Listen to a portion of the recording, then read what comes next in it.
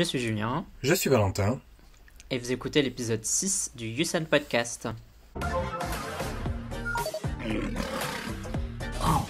Salut Valentin, comment vas-tu? Salut, écoute, ça va très bien. Il fait un peu gris sur Paris, c'est un peu relou parce qu'il a fait beau, mais bon, sinon tout va bien. Ouais, début du mois de mars, il faisait trop beau, c'était trop agréable. Ah, ça faisait du bien, là. On s'est pris un petit 21 à un moment, là, ça, ciel bleu. Oh, trop bien.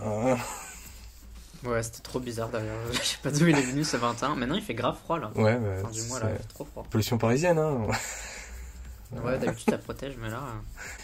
Bah écoute, moi ça va. Ouais, Le mois de mars, il est pas aussi déprimant que janvier et février quand même, je trouve. On a eu le temps en plus de se croiser il y a pas longtemps. Ouais. Où j'ai acheté l'album Love and Live. Je sais pas si on doit dire live ou live. Je crois que c'est live. De Luna One Third. Mais j'ai aussi commandé Chou et Olivia Hay sur Tayou, je crois. Donc j'ai hâte de les avoir. Alors que Chou, c'est même pas mon solo préféré, mais je trouve le photobook tellement beau. Bah moi je suis en attente, hein. J'ai commandé tellement de trucs, je sais plus ce qui doit arriver. Putain, mais le fan kit aussi, putain, c'est 3 mois, 4 mois. Mais je te jure, on va l'avoir en août, on l'aura complètement oublié, on va faire ah tiens. Il y aura déjà le prochain qui va sortir.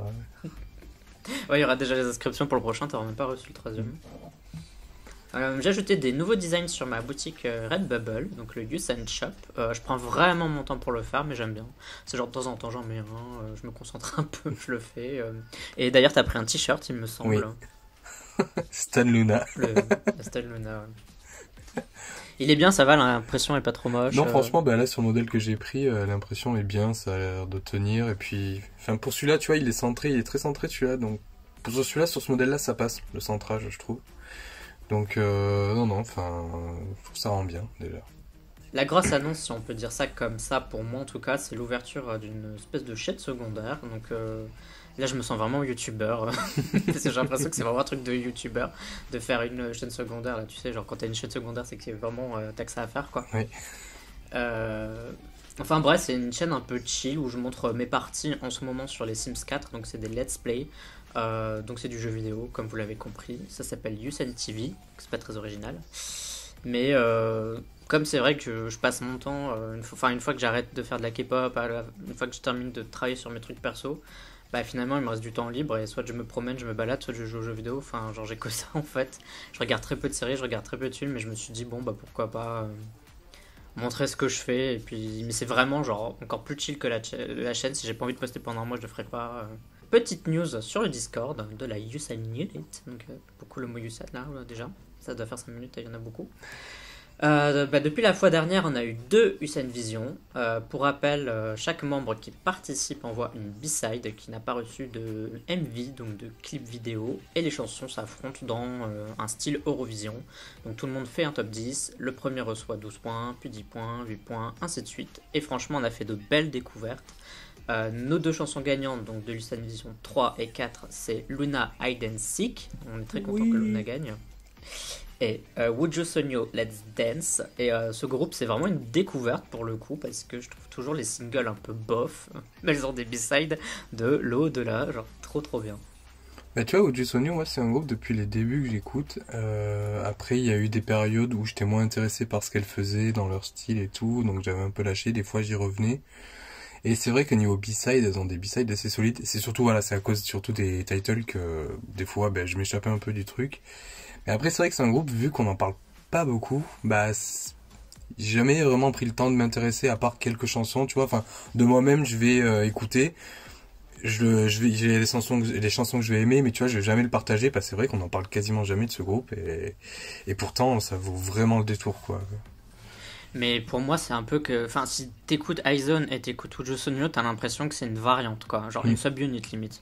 C'est pour ça que je me dis, quand je vois le succès d'Aizone, je comprends pas comment Wuju Sonyo peut pas avoir plus de succès. Alors, je parle pas sur les membres, en quelque sorte, mais vraiment au niveau musical. Donc, soit ça veut dire que les gens aiment pas... Enfin, écoutent pas Aizone et achètent pour les membres. Ou c'est que les gens écoutent pas les chansons de Wuju Sonyo et ils sont pas au courant qu'elles sont super bien, quoi. Mais du coup, il y a un problème dans l'équation quelque part, je sais pas c'est quoi, mais. Mystère. Et donc, félicitations à Quentin et Perfectionniste. Bravo. Ce sont les pseudos de nos membres qui ont gagné. Et donc en avant pour Lucene Vision 5, on verra. Et d'ailleurs, pour les gens du Discord qui écouteraient le podcast, je vous remercie de participer. Moi je trouve ça grave cool. C'est vraiment un petit rendez-vous mensuel, ça passe le temps, ça crée des discussions. Bref, enfin moi en tout cas ça me fait super plaisir. Il y a du monde en plus sur le serveur, mais pas trop. Donc pour moi c'est parfait, ni trop ni trop peu. L'ambiance est cool, voilà. Non, on passe un bon moment tous ensemble, c'est sympa. Bon, bien sûr, on râle un peu des fois quand on n'est pas d'accord, et quand on voit que certaines chansons passent, c'est pas celles pour lesquelles on a voté, ou celles qu'on a postées même, qu'on a proposées. Mais bon, c'est le jeu, hein, on peut pas satisfaire tout le monde, et puis derrière on découvre aussi d'autres choses, quoi, c'est ça qui est intéressant. Et aussi, félicitations à Jules d'avoir atteint le niveau 50 sur le serveur. C'est le premier. Ouais. Je pensais que ça allait être Max. Donc on avait parlé dans le podcast de Max qui avait atteint le niveau 25. Comme il était à fond depuis le début. Mais en fait, c'était sûr en fait. Parce que Max est un poisson. Il est juste une poisson. Et les poissons, c'est pas trop leur truc. Ils se découragent vite et ils abandonnent rapidement. Donc sans raison apparente d'ailleurs. Ça c'est le signe du poisson. Bienvenue dans Astro, Usan Astro. Voilà, Jules, notre no-life du Discord. Merci, Et oui. bravo à toi. Genre, je suis sûr que quand il y aura plus de confinement, que tout va revenir à la normale, on sera plus que 5 sur le Discord, on va rien comprendre. Il y aura plus personne, plus le monde, enfin il y aura plus rien, plus de discussion et tout, on va pleurer. Et en plus en ce moment, je sais pas pourquoi je m'intéresse aux bots sur le serveur. Donc je pense que vous allez rien comprendre, mais c'est ma nouvelle lubie. Donc sans doute que d'ici le prochain podcast, on parlera de comment les bots ont mis le serveur à feu et à sang parce que j'en aurais rajouté 10. Donc là vraiment, je regarde des vidéos depuis 2 jours là sur quel bot et tout, je regarde qu'est-ce qui pourrait être intéressant, je fais des notes, je regarde comment ça se passe en pratique et Les bots vont voilà, prendre le voilà. contrôle du Discord à un moment donné. Ah bah après ça te une vision, quel bot a envoyé quelle chanson, ils devront, tu vois, ils auront une liste de chansons et puis selon un algorithme, ils devront choisir une chanson, sélectionner, et puis ils se battront, ils se donneront des points et tout, et puis ils joueront sans nous. Voilà, voilà. Et ils élimineront tous les humains en demi-finale. Ouais, du coup, juste une chose que j'ai envie de dire, parce que bon, je pense que vu que maintenant je suis en orbite, hein, on va le dire. Du coup, j'avais juste envie de parler de la chaîne YouTube de Chu Can Do It. Donc c'est la chaîne YouTube de Chu. Et franchement, bon, faut aimer Luna, faut aimer Chu, parce que Chu c'est un personnage quand même très particulier, donc mais très attachant. Et franchement, regardez sa chaîne YouTube, c'est des défis écolos qu'elle fait, c'est super drôle, ça met de bonne humeur, je vous assure. Faut supporter le personnage après, mais allez voir, franchement, ça vaut le détour, c'est trop marrant. Voilà. C'est vrai que je les ai regardés et qu'elle est un peu hystéro, mais un épisode de temps en temps, ça fait du bien. Ouais. Comme d'habitude, on va faire le tour des news que Valentin aura sélectionné. Un retour sur le K-Charts des dernières semaines. Notre sujet pour cet épisode, ça sera que nous réserve l'année 2021. Donc là, on va un peu voir ce qui s'est passé les 3 derniers mois et ce qui va se passer les mois suivants. Et le top 5 de fin d'année, Girls' Generation ou SNSD ou Sonyoshide pour les intimes. Donc c'est parti avec les news de la semaine.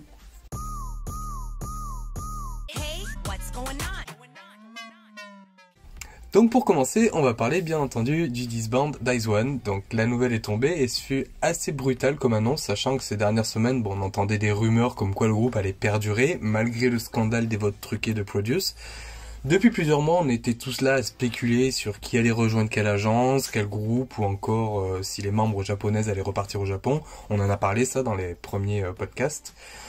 Donc c'est un peu un sacré brouillard qui tourne autour d'IZ*ONE, un stress aussi pour les fans, sachant que le groupe est un des plus populaires dans la K-pop et fait partie quand même du top 3 en vente d'albums l'année dernière. Tout n'allait pas se stopper aussi radicalement vu qu'un dernier comeback japonais était attendu, mais il faudra malheureusement accepter la décision, sachant que déjà le groupe s'était conçu pour être éphémère, et c'était surtout aussi un tremplin pour les idoles, mais bon, on peut au final admirer quand même cette explosion dans l'industrie musicale et leur impact, et on le voit notamment avec des révélations qui en sont sorties, et j'ai surtout parlé de Sakura, donc cette dernière qui selon une rumeur devrait rejoindre le prochain girls band de Big Hit Entertainment. Alors bon, ça va changer de nom, ça sera plus Big Hit, j'ai oublié c'est quoi le prochain nom.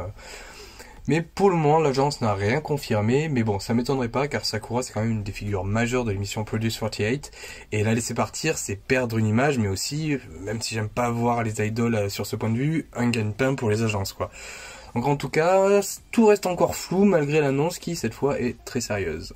Bah écoute, bon, moi je l'avais dit, je pense qu'on en avait parlé, Mm. je sais plus dans quel épisode, le numéro, mais bref, de toute façon, allez écouter le podcast là. Qu'est-ce que vous faites là? Euh, Quand vous avez fini celui-là, si vous avez pas écouté les autres, allez écouter les autres. J'avais dit que moi je pensais qu'elles allaient disband. J'espérais pour les fans, pour les gens qui apprécient le groupe, parce que c'est jamais agréable un disband quand t'es attaché à quelque chose, enfin un groupe plutôt. Mais pour moi, c'était sûr. Genre, je vois pas pourquoi, juste parce qu'elles vendent, elles resteraient ensemble. On a eu One a One, enfin même X1 qui aurait eu le même destin. Pour moi, c'était sûr et certain parce que les enjeux sont trop importants. Faut pas oublier que la K-pop, c'est avant tout du fric et c'est après de la musique. Donc, enfin, je pense que les gens qui voulaient vraiment, ils se disaient non, mais elles sont trop bien ensemble, ça va fonctionner, c'est pour ça qu'elles vont continuer. Mais ça, c'est même pas une raison suffisante pour faire continuer un groupe, quoi.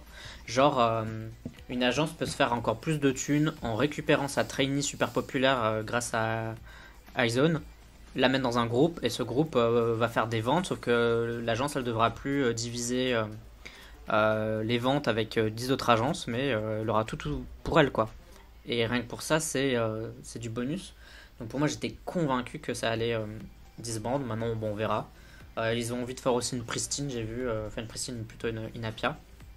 Avec d'anciennes membres remises ensemble. Mais en vrai, enfin, pour moi, c'est une super mauvaise idée. Parce que déjà, si tu fais une version réduite avec le style d'Izone, bah du coup, ça va faire un peu des sous Izone. Et si tu fais un autre style complètement, bah, ceux qui aimaient le style d'Izone vont peut-être pas suivre. Donc, faut vraiment les. Pour moi, il faut les dispatcher dans des groupes, etc. Et pas recréer une espèce de sous-unit ou je sais pas quoi. Bref. Maintenant, bah, à voir hein, le futur, ce qui va se passer. Moi, je suis curieux quand même parce que finalement, ce qui m'intéresse le plus, c'est de voir qui va aller où, qui va faire quoi, qui va faire un solo, qui va être la Chungha, qui va être le Kang Daniel, tu vois. Chunga, c'est Chaeyeon, la future Chunga. Ah, Voilà. je suis pas sûr. Hein. Oh. Elle a pas. Je trouve qu'elle a pas Mais- autant de Chunga. Je trouvais que Non. même dans IOI, elle était. Enfin, elle avait un truc, tu vois. Genre, tu sentais qu'elle pouvait tenir le truc. Mais pour moi, Chen, c'est plus une semi, quoi. Mais Genre, c'est encore elle est trop pas tôt. assez mise en avant quoi dans le groupe. Donc du coup oui, Ah, il mais y il y a a peut-être ça. une bonne raison, du coup. Ouais, C'est que les gens sont pas si fans d'elle. Tu vois ce que je veux dire? ouais. Après, je sais pas si Chunga était super populaire. Je me souviens plus. Je pense que c'est plus un fantasme qu'il y a derrière, tu vois, de voir Chaeyeon et tout par rapport à un peu toute son histoire, comment elle s'est construite, aussi son passé, son lien avec JYP, avec sa sœur, tout ça. Il y a une volonté de la voir briller, quoi, en fait. Chaeyeon, je pense, enfin, vraiment, enfin, je pense des fans, surtout aussi d'Ice1. Il y a cette volonté-là de se dire, putain, elle mérite quand même tout ce qu'elle a fait, tout ce par quoi elle est passée, et c'est son nom, quoi, en fait, aussi, qui compte, que je pense là-dessus. Et je pense, ouais, c'est celle qu'on a le plus envie de voir réussir, quoi. Et c'est vrai que voir comment Chunga, elle a réussi, on aimerait bien, derrière, il y a cette petite volonté d'avoir le même parcours qui se dessine pour elle. Après, je connais pas trop le groupe plus que ça. Parce que j'ai pas suivi Produce. Donc finalement, ce que je connais de ce groupe, c'est les réactions que j'ai faites. Donc c'est vrai que j'ai du mal à imaginer qui est populaire, qui l'est pas, qui va faire quoi. Donc Deuxième info, on va quand même parler de la vague de harcèlement qui s'est passée en Corée du Sud et dans la K-pop notamment, enfin, dans le milieu artistique et du divertissement en Corée du Sud. Donc vous avez très certainement entendu parler de cette histoire qui nous a tous dépassés, à moins que vous viviez dans une grotte ces dernières semaines. Donc de nombreux chanteurs, chanteuses, acteurs et actrices ont reçu des accusations de harcèlement scolaire notamment. L'ampleur du phénomène était si massive que durant 2 semaines non-stop, on se retrouvait avec au moins 10 idoles accusées par jour presque, c'était fou. Dans ces accusations, on a eu un peu de vrai, on a eu un peu de faux, mais surtout beaucoup de flou. Donc pour le moment, il y a des artistes qui ont mis leurs activités en pause, comme Yeonjin de Stray Kids ou encore Sujin de Idol, le temps que tout se tasse pour eux et qu'ils règlent ça de leur côté. Donc on a eu vent aussi de fausses accusations envers Chu, de Luna notamment, mais Blockberry Creative a pris les devants, s'entraîner en proposant de régler ça immédiatement dans les tribunaux, et de nombreux camarades de Chu ont aussi pris sa défense, ce qui nous a permis de voir que certains ont profité de cette vague simplement pour foutre la merde. D'autant que Chu se retrouvait au top de sa popularité, et derrière tu te demandes s'il n'y a pas juste une frustration venant de certaines personnes, quoi. Donc d'ailleurs, merci à Paris Match, entre guillemets, d'avoir cité Chu et Luna dans un article consacré à ce sujet, même si on aurait espéré que ce soit dans un autre contexte. Et bref, le problème avec ce phénomène, c'est cet effet boule de neige. Et du coup, c'est difficile de démêler le vrai du faux, ce qui est sanctionnable ou ne l'est pas. Et malheureusement, ça peut desservir la vraie lutte contre le harcèlement. Et cela nous pose aussi la question du réel apport de la cancel culture aujourd'hui. Notamment sur quoi on se base, sur ce qu'on sait, lorsque notamment on n'a pas de tenant et d'aboutissant et qu'une info circule de manière aussi rapide sur Twitter. Et notamment derrière, quand t'as des personnes avec des mauvaises intentions qui le font et tu sais plus, voilà, comme je disais, démêler le vrai du faux. Moi je t'avoue que, alors faut quand même rappeler que le contexte du truc, c'est que, alors je suis pas certain à 300%, mais l'idée de base c'était que la Corée du Sud voulait un peu renforcer l'anti-bullying parce que effectivement c'est un truc très commun en Corée du Sud, c'est un pays qui est hyper compétitif, etc. C'est toujours, on demande toujours à tout le monde de faire le mieux, enfin d'être au mieux au top du top, et du coup c'est vrai que ça crée des frustrations, ça crée du bullying, on met les gens de côté effectivement pour justement assurer à soi une place. C'est pas incroyable, hein, c'est pour ça qu'il y a un fort taux de suicide en Corée du Sud. Mais du coup ça vient de là, genre le gouvernement trouve que quand même, en gros c'est la rivalité c'est bien, mais faudrait qu'on retire les trucs négatifs. Alors, je suis pas sûr qu'ils aient compris d'où venait le problème, mais en tout cas, ils ont quand même essayé de colmater une conséquence, alors que c'était plutôt la cause qu'il fallait. Mais bon, bref. C'est ça, le truc, en tout cas, ça venait entre guillemets d'un bon esprit, même si c'était pas très intelligent, mais ça venait d'un bon esprit à la base. Mais c'est ça justement le problème, c'est arriver à trouver d'où vient le problème, c'est quoi le problème initial, quoi. Et bon, c'est bien. Ok, c'est bien après d'agir derrière contre tout ce qui peut se passer, mais à un moment donné aussi, il faut se rendre compte que peut-être c'est la société qui a aussi rangé les gens comme ça. Ça n'excuse pas tout. C'est pas là, je suis pas là, tu vois, à dire j'excuse le comportement malsain, tu vois, de certaines personnes. Non, mais c'est juste que derrière, c'est un peu le gouvernement qui récupère le truc, tu vois, à la volée, alors que derrière, il pourrait aussi réfléchir à peut-être que ça vient aussi de la société, de quelque chose de plus profond qui aussi a été mis. J'ai pas envie, c'est pas le moment du coup de faire la critique un peu du système voilà capitaliste ou autre, mais voilà, tout se nourrit un peu de là et enfin c'est juste de choper le truc à la volée, quoi, de s'en servir sans se poser les bonnes questions, quoi, en fait, qui moi un peu m'exaspère, quoi. Surtout que derrière, donc oui, le gouvernement l'année dernière a voté justement une loi pour protéger un peu plus les idoles, les trainees, tout ça. On attend toujours que ça se mette en place, hein. Enfin pour l'instant ça juste ils en ont juste parlé, mais pour l'instant on sait pas si ça a vraiment été mis en place. Tout le contrôle justement des contrats et tout, des heures de travail, enfin pour l'instant on n'a pas eu de débriefing. Donc ouais, à voir comment tout va être vraiment contrôlé par rapport à ça, quoi. Moi je t'avoue que je trouvais quand même que l'initiative était, elle partait d'un bon truc, même si je trouve pas effectivement que c'était le plus intelligent, mais ça partait d'un bon truc. Et aussi je pense que si effectivement des idoles, des gens connus ont fait du mal dans le passé, c'est normal que, je sais pas si c'est le mot, c'est normal que j'ai envie de dire, mais je veux dire ça m'étonne pas qu'ils aient pas envie que des personnes comme ça aient du succès, parce que ça renvoie pas une bonne image, quoi. En gros, tu peux être bully et en plus après tu peux être riche, célèbre, etc. Et du coup, je trouve quand même que c'est pas mal. Maintenant, c'est vrai que c'est pas parce que t'étais bully une fois dans ta vie que t'es bully toute ta vie, quoi. Y a des trucs, je sais pas, moi je mangeais des vers de terre quand j'avais 4 ans, maintenant j'en mange plus. Est-ce que je suis un mangeur de vers de terre dégueulasse? Oui, si tu considères que j'ai pas changé depuis mes 4 ans, ou non si tu penses que j'étais juste un enfant qui faisait des conneries, tu vois ce que je veux dire. Et c'est vrai qu'il y a un peu de ça où les gens du coup cancel vite les gens sans se demander si effectivement ces gens ont changé et grandi. Donc ça dépend de la gravité des faits, si c'était récent, si c'était pas récent, si c'était un truc un peu isolé ou si c'était pendant tout le lycée, tu vois, genre ça dépend. Et je veux dire, même on en avait déjà parlé avec les membres d'ESPA là qui se prenaient plein de trucs dans la gueule, donc dans un autre podcast encore une fois. Et on parlait du fait que oui, peut-être que maintenant la meuf elle a envie d'être idole et que elle s'est rendue compte que même si elle était une connasse pendant 5 ans, aujourd'hui elle sait que c'est pas bien, quoi, elle se rend compte que c'est pas cool. Ouais, mais je sais pas, après il y en a qui sont connards au début et qui le resteront. Oui, il y a ça, même, tu vois, ce que tu as dit là, je suis d'accord avec toi, quoi, mais du coup il y avait plusieurs questions auxquelles répondre, mais surtout aussi ce qu'on se rend compte par rapport à ça, c'est qu'il y en a aussi qui profitent de cette masse, quoi, pour c'est pas pour faire un peu genre le parano, genre ouais, théorie du complet ou autre, mais voilà, il y en a, et on l'a vu du coup pour le cas de Chou, il y en a qui ont profité de ce mouvement là pour servir leur intérêt, alors que c'était faux, quoi. Et pour ceux qui, par contre, ont des vrais témoignages, bah, c'est triste, parce qu'après, derrière, beaucoup de fans de K-pop, enfin, nous, on l'a vu sur le Discord, on s'est questionné, on s'est posé des questions, genre, est-ce que c'est vrai, est-ce que c'est faux, est-ce que ces gens n'exagèrent pas? Et du coup, derrière, quand tu vois qu'il y a beaucoup de faux enfin, des histoires fausses, tu vois, qui en ressortent, bah, derrière, on vient à se dire, ah ouais, mais les autres, est-ce que, la première chose à laquelle on pensait, c'est, ah, mais est-ce que c'est pas des fausses accusations? Alors que ça se trouve, ce sont des vrais, quoi.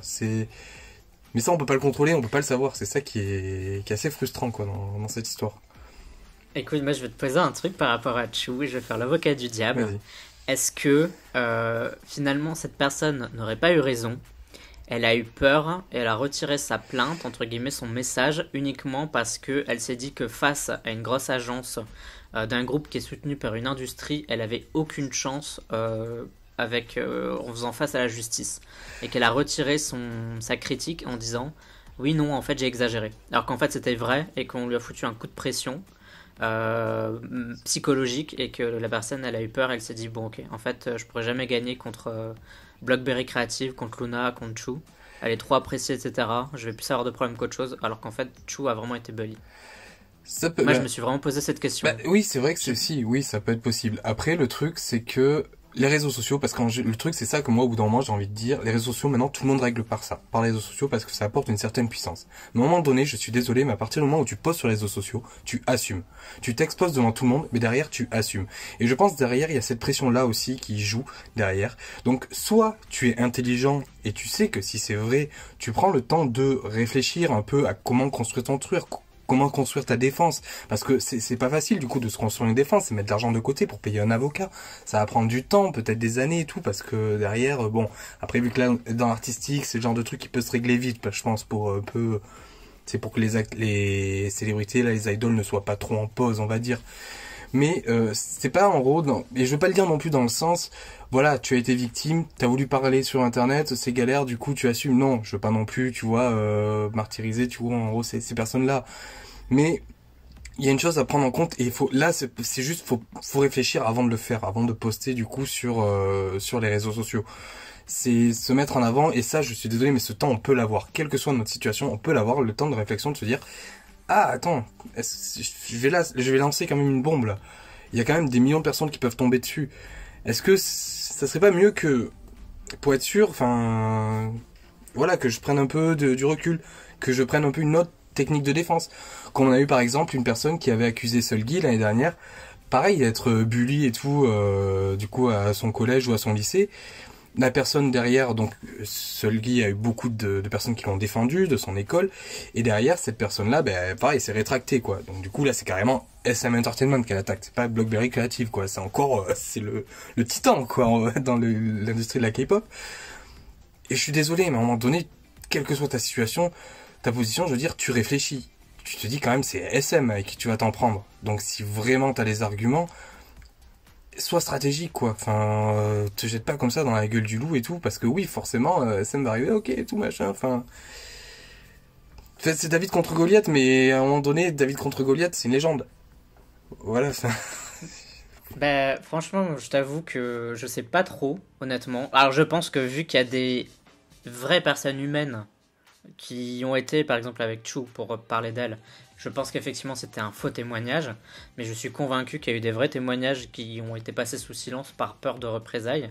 Et ce qui est clair et net, c'est que sur 200 idoles de K-pop, et c'est pas 200 personnes qui sont belles, qui sont propres, tu vois ce que je veux dire. Ça c'est sûr et certain. Dedans, il y a des bouffons, il y a des bullies, il y a des harceleurs, il y a des... Enfin voilà quoi. C'est sûr et certain. Il y a des trucs, on l'a vu de toute façon avec le Burning Sun, hein, je crois que c'était il y a un an déjà, 2 ans. Enfin, on a découvert que des idoles de K-pop étaient mêlés à des réseaux de harcèlement, de drogue, enfin bref. Jimin de IOI, tu vois, enfin ça a été révélé par Mina, indirectement par d'autres membres de IOI, mais aussi par Jessie, enfin voilà, on a appris des trucs, et ça j'en doute pas, enfin personne n'est parfait non plus, il y a plein qui font des conneries, et il y a même très certainement des gros connards quoi dans les idoles. Ouais, donc voilà. Mais maintenant du coup ça s'est un peu calmé. Mais je me dis, j'espère qu'il y a quand même du bon qui sortira de ça. Peut-être que les gens vont repenser à 2 fois avant de faire des actes, on va dire, répréhensibles, quoi. Genre si t'as envie d'être idol plus tard, que les personnes se disent, si j'arrive à être idol et qu'il y a un truc comme ça qui me tombe dessus, je vais vraiment être dans la merde. Et tu sais que les gens se disent ça. Plutôt, bah du coup, je vais pas bully. Je vais juste continuer à m'entraîner, à donner de mon mieux pour essayer de débuter un jour. Tu vois ce que je veux dire, que les gens se disent ça plutôt dans le futur. Ouais, mais... Je sais pas si ça va arriver, mais... mais après, il y a une autre question qui se pose. C'est, je sais pas, tu vois, t'as 15 ans, tu peux avoir fait le con et tout, tu vois, quand t'as 15 ans. Enfin, là, on va croire que je défends absolument, du coup, les bullies et tout, alors que pas du tout, tu vois. Enfin, c'est pas ça, mais c'est essayer de comprendre un peu le fonctionnement. C'est que, tu vois, genre, tu te dis, ouais, je sais pas, genre, t'es un petit con et tout, un petit merdeux de tes 10 à 15 ans, puis après, tu changes, tu vois, tu grandis, et puis là, tu te dis, ah, je veux être idol. Mais du coup, t'as ce truc derrière qui est là, qui est présent.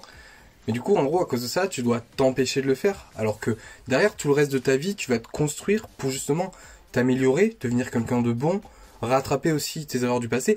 Après, ce qui serait intelligent, c'est de revenir vers ces personnes, du coup, avec qui que t'as pu martyriser, et t'excuser. Enfin, essayer de commencer à en parler, en discuter, instaurer un dialogue. Ça serait la meilleure des choses à faire. Par contre, de toute façon, l'idée derrière, c'est assumer tes erreurs du passé. C'est les reconnaître et les affronter. C'est pas les cacher, les mettre de côté, quoi. Donc c'est ça la meilleure démarche pour pouvoir aussi, ces personnes, pouvoir rentrer dans le truc. Après, je suis d'accord avec toi sur le principe de se dire le rachat, le pardon, etc. Maintenant, c'est vrai que je me dis aussi, par exemple, moi, j'ai pas été bully. Enfin, sauf si quelqu'un se souvient de moi un jour et que je m'en suis pas rendu compte. Je sais pas si toi t'as été bully, mais ce que je veux dire, c'est qu'on est quand même nombreux à ne pas avoir fait de choses comme ça. Et du coup, on en vient quand même à défendre des gens qui ont fait des choses vraiment pas cool par le passé. On le fait parce on est adulte et qu'on sait que les gens peuvent se racheter, peuvent évoluer, etc. Mais c'est vrai qu'il faut se dire que sur le nombre d'idoles qui veulent être des stars, bah finalement, c'est vrai qu'on pourrait déjà dégager tous ceux qui ont fait des conneries par le passé. Enfin, je veux dire, ils peuvent très bien se racheter, mais être vendeurs, travailler autre part, tu vois, mais pas être une image publique, après, quoi. ouais, Donc tant pis pour toi, quoi, fallait pas le faire et puis c'est tout. Et même si tu le regrettes, etc. Mais il y a plein de gens à côté qui l'ont pas fait et du coup, mettons en avant ces gens-là qui sont plus sains, si je peux dire ça comme ça. Parce qu'en plus, en étant bully, c'est que vraiment psychologiquement, t'as été dans un endroit dans ta tête qui était pas hyper incroyable et du coup ça montre quand même que t'as été instable à une certaine époque, quoi, tu vois.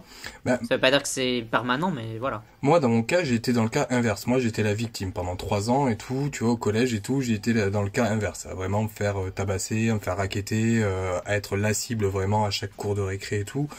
J'ai été dans la situation inverse. Je me suis même retrouvé, tu vois, même quelques années plus tard, tu vois, confronté à un de mes bourreaux, tu vois, on va dire, voilà. Et voilà, qui s'est excusé, tu vois, qui disant voilà. Et j'ai vu qu'il avait changé, donc tu vois, j'ai dit bon, je te pardonne et tout. Ça restera un con pour moi, tout au long de ma vie, ça restera un con cette personne. Mais j'ai au moins, tu vois, j'ai enlevé cette haine-là et tout. Après voilà, on n'a pas tous vécu les mêmes choses, on n'a pas tous le même processus de deuil, on passe pas tous à autre chose de la même façon. Il y en a pour qui c'est beaucoup plus dur parce qu'ils ont sûrement vécu des choses beaucoup plus graves, quoi. Donc ça aussi, il y a ça, oui, je prends conscience à prendre en compte. Mais forcément après derrière je sais que derrière voilà d'un côté je suis un peu aussi cette position voilà d'avocat du diable parce que c'est des personnes aussi tu connais pas en fait personnellement, tu connais juste une image, tu les admires et t'as envie un peu de les protéger, t'as envie de croire qu'en fait ils ont pas fait de conneries. Donc c'est dans cette raison là, mais bon si après j'apprends que en fait je sais pas, Chou par exemple voilà ça a vraiment été une fille odieuse, bah ça ferait chier. Oui, j'ai voulu la défendre parce que j'ai cette image là de personne que j'admire beaucoup, mais ben voilà, ça fait partie du truc. Mais en même temps, je pouvais pas savoir, quoi. J'ai voulu croire à un truc jusqu'au bout, mais la réalité rattrape le truc. Mais en même temps, vu que moi, j'ai pas tous les éléments en main, je peux pas être persuadé d'une chose, quoi. Et j'ai plus envie de croire du positif que du négatif. Je sais pas quoi dire d'autre finalement parce que j'ai un peu dit toutes mes idées, ce que je pensais vis-à-vis. Honnêtement, encore une fois, j'ai pas d'avis fixe. Hein. J'énumère juste des idées que j'ai qui sont un peu entre les deux parce que c'est vrai que j'aime bien en tant que ascendant balance, j'aime beaucoup peser le pour et le contre et me dire tiens, tu vois, genre il y a oui, il y a non, il y a ça, il y a ci, enfin il y a noir, il y a blanc, il y a gris, tu vois. C'est de tout mettre en perspective. Ouais. Mais moi là, tu vois, je veux juste revenir là sur le discours là que j'ai pu avoir, c'est juste j'essaie de me mettre dans les deux positions pour comprendre. C'est pas dans l'idée de défendre absolument un camp ou un autre. Je veux dire, directement je défendrai le camp de la victime. avant tout, parce que c'est quelque chose aussi qui me touche, quelque chose pour lequel j'essaye de faire même attention. Mais c'est con, mais tu vois, même avec mon rôle en tant que modo sur le Discord et tout, c'est quelque chose que je prends très à cœur justement pour éviter le cyberharcèlement, éviter le harcèlement, qu'on s'en prenne à quelqu'un, c'est quelque chose qui me touche énormément. Et voilà, j'essaye quand même aussi de me poser les questions des deux côtés pour savoir un peu comment ça se passe, pour essayer de comprendre, mais aussi pour savoir comment agir derrière. Donc voilà. Ensuite, autre actu, bien sûr, il y a encore un gros séisme dans le hip-hop, donc Spotify et KKOM. Donc deuxième coup de tonnerre dans le monde de la K-pop, donc c'était il y a 2 semaines à peu près. Spotify et KKOM qui ne trouvent pas un accord pour renouveler le contrat de diffusion de nombreux titres de K-pop. Donc cette mésentente a poussé KKOM à retirer son catalogue de Spotify, nous séparant ainsi de plus de 2000 titres et pénalisant non seulement les consommateurs mais aussi les artistes. Car Spotify est tout de même la plateforme musicale numéro 1 à travers le monde et permet aujourd'hui, au même titre que YouTube, de diffuser et faire connaître la K-pop au monde entier. Surtout pour les personnes n'ayant pas les moyens d'acheter les albums physiques ou sur le store d'Apple par exemple, d'y avoir accès et de stream comme bon leur semble. Alors ça a joué au ping-pong pendant plusieurs jours, avec les deux entreprises qui se rejetaient la balle. J'ai certes moi-même eu une réaction un peu excessive en me désabonnant de Spotify pour exprimer ma colère et mon sentiment d'être cocufié. Je me suis tourné vers YouTube Music parce que je cherchais une épaule pour me consoler et me comprendre, me permettant de continuer à verser des larmes en écoutant Why Not.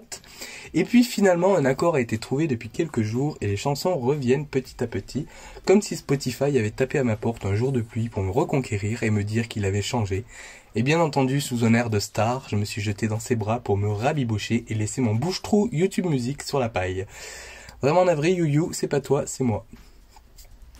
Bon, déjà, la question est que vaut YouTube Music comparé à Spotify? Fais-nous un crash test. Alors, du coup, YouTube Music c'est bien parce que du coup tu peux avoir autant les clips, les vidéos, tu peux avoir de tout quoi. Vraiment, c'est hyper vaste. Il y a beaucoup de choses, mais c'est pas du tout intuitif la façon pour l'utiliser et tout. C'est une galère les playlists et tout. Donc tu te fais tes playlists. Ce qui est bien, ce qui est pratique, c'est que tu peux te faire tes playlists sur YouTube, pas forcément directement depuis YouTube Music. Tu peux les retrouver et tout. Mais t'as pas, je sais pas, il y a pas un truc aussi accessible, aussi rapide que Spotify où t'as ta musique, hop, t'appuies sur ce bouton-là, tu la mets directement dans ta playlist, tu choisis. Tu peux le faire aussi sur YouTube, mais je trouve que c'est moins facile, c'est moins pratique. Et puis même, je sais pas, dans le design, la façon dont tout s'est organisé, voilà, je suis un peu moins fan. Même quand t'as les chansons qui passent de manière aléatoire, t'as moins de diversité. Ça reste énormément recentré sur ce que tu écoutes. Je suis vraiment sur tes goûts, donc c'est plus difficile de trouver en gros des pépites, des raretés en fait, des trucs que tu n'irais pas forcément écouter de manière aléatoire quoi. Ça a vraiment ciblé ce que tu écoutes et c'est ça qui est un peu dommage. Alors que je sais que sur Spotify, ça va peut-être se mettre sur un genre musical, mais après ça va partir et c'est comme ça que moi que j'ai fait quasiment toutes mes découvertes quoi. Donc voilà, c'est pas ouf, ça commence, après c'est encore récent je crois YouTube Music. Mais il faut du temps encore pour laisser se mettre bien en place. Mais bon, Spotify reste bien au-dessus. Normal que j'y revienne. Écoute, moi j'étais assez dégoûté. Et j'étais vraiment énervé, je te jure. Parce que bon, legit, j'écoute de la musique tous les jours. Genre, il n'y a pas un jour où je n'écoute pas de musique. Il y a toujours un moment où X ou Y, je vais au moins écouter une chanson. Déjà, je fais des vidéos réactions, donc j'écoute au moins, voilà. Avec les vidéos réactions, mais il n'y a pas que. J'ai vraiment Spotify, c'est devenu. Je regrette pas du tout avoir pris un abonnement à Spotify, quoi.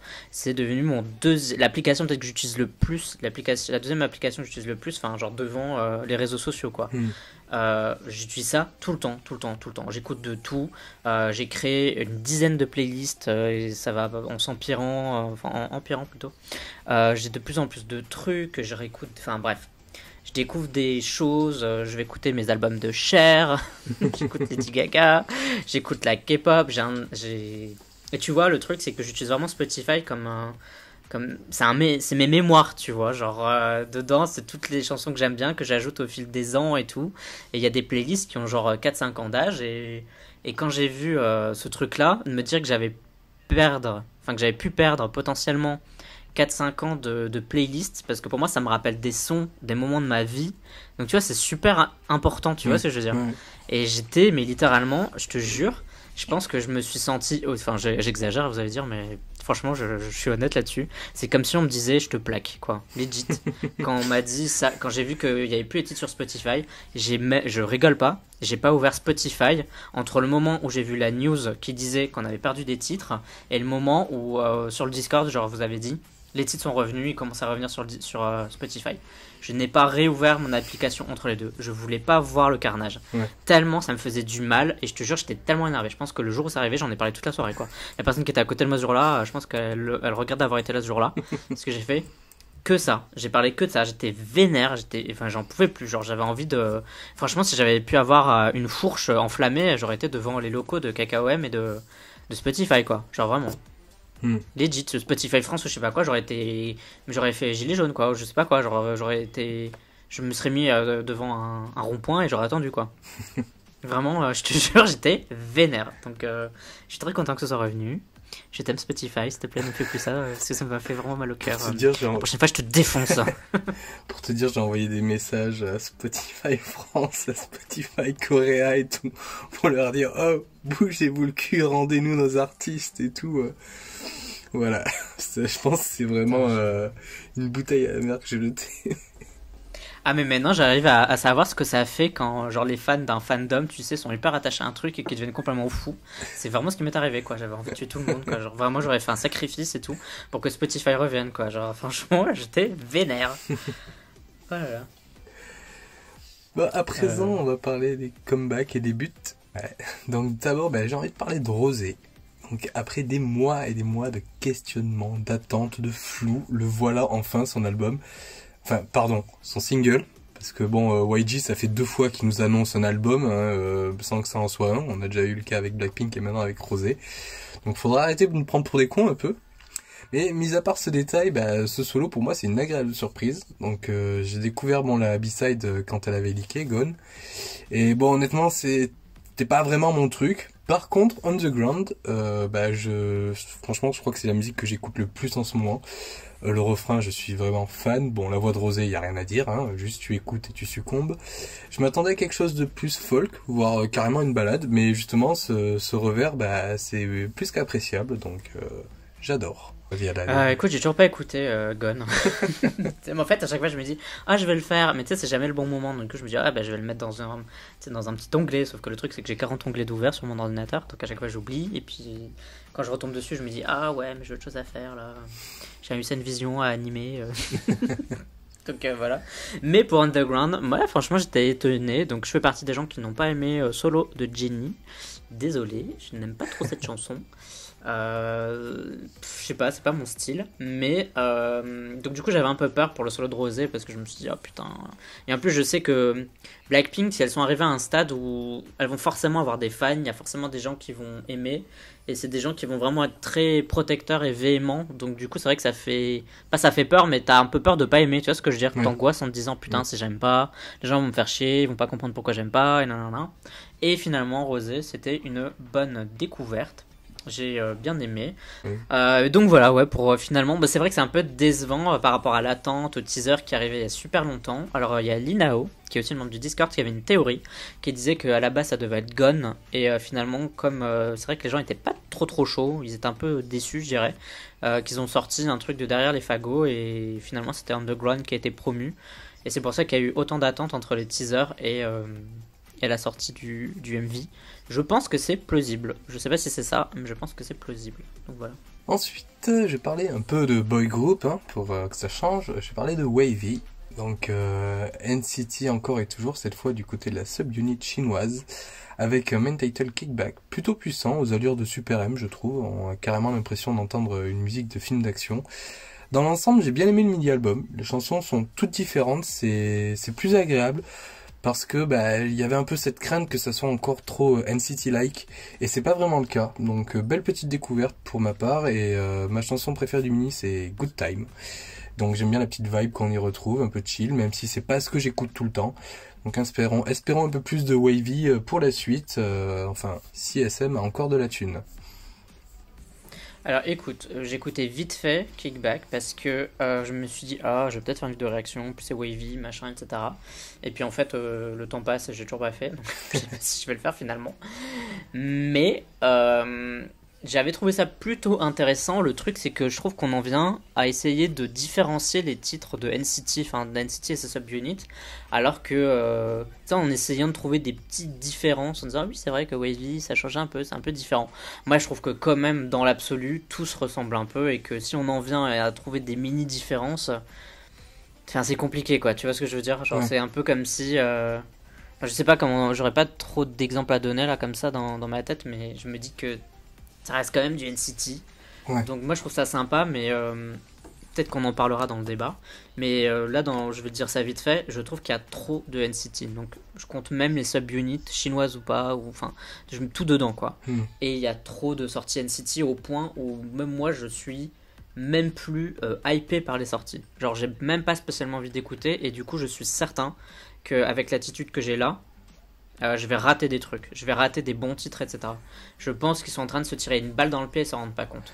Je sais pas si aussi si le portefeuille des fans d'NCT est extensible, parce qu'avec un nouveau single ou un nouvel album tous les mois ou toutes les 2 semaines, ça commence à devenir compliqué quand même.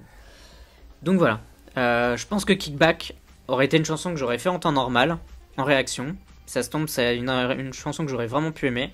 Mais parce qu'on a trop d'NCT, parce que je trouve quand même que les sons se ressemblent quand même et se renouvellent pas suffisamment à mon goût, et bien voilà.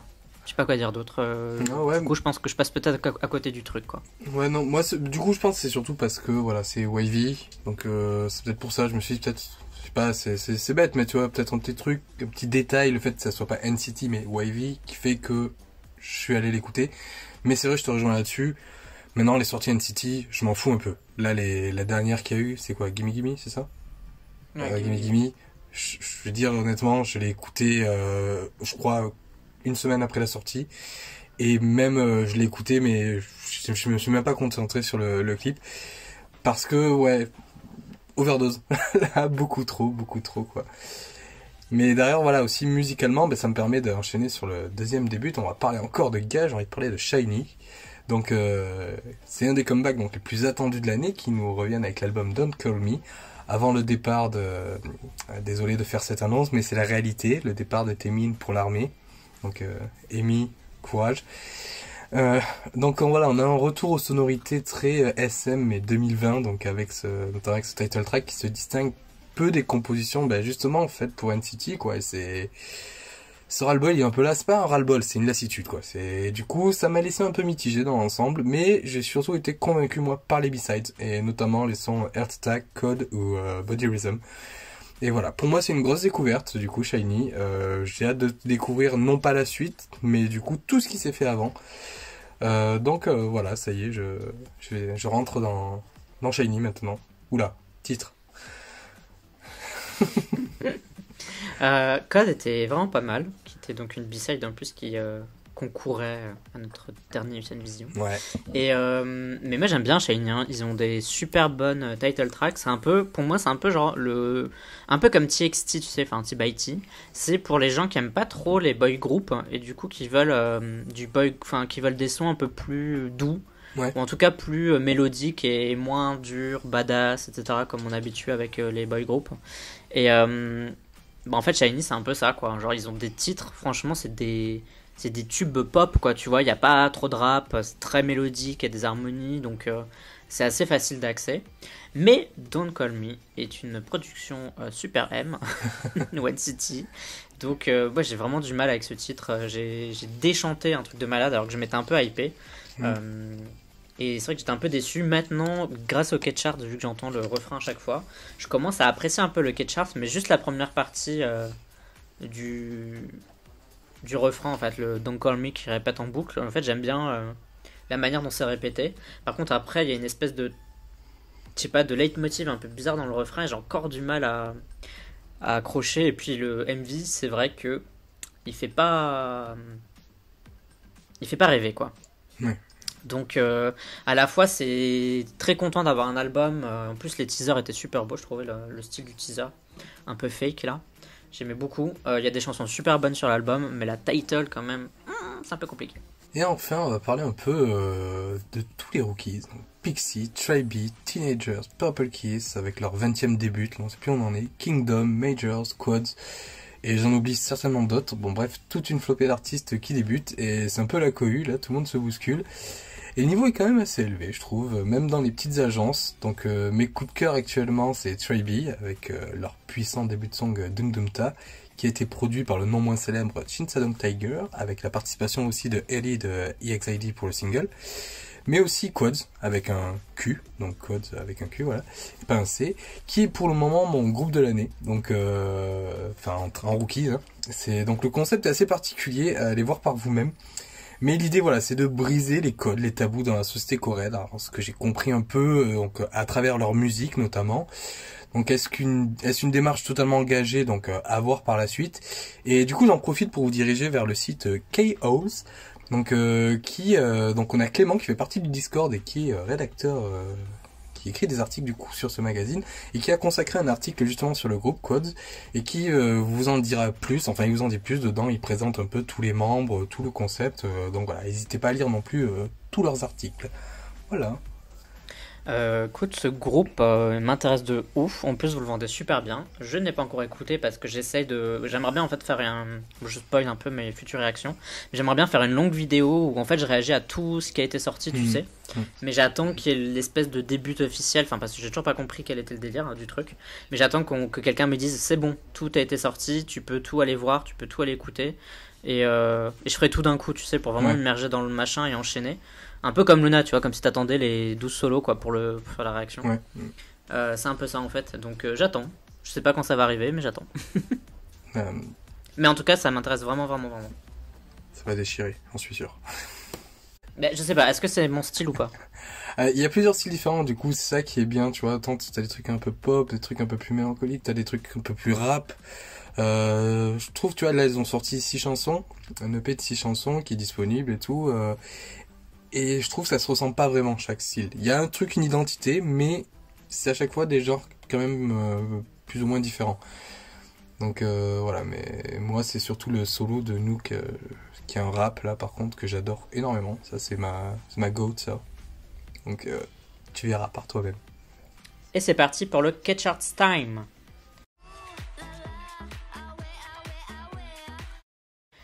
Petit débrief des dernières semaines. Les récentes semaines ont été une bataille entre Hwa de G-Idol et Odd-Eye de Dreamcatcher, pour faire simple.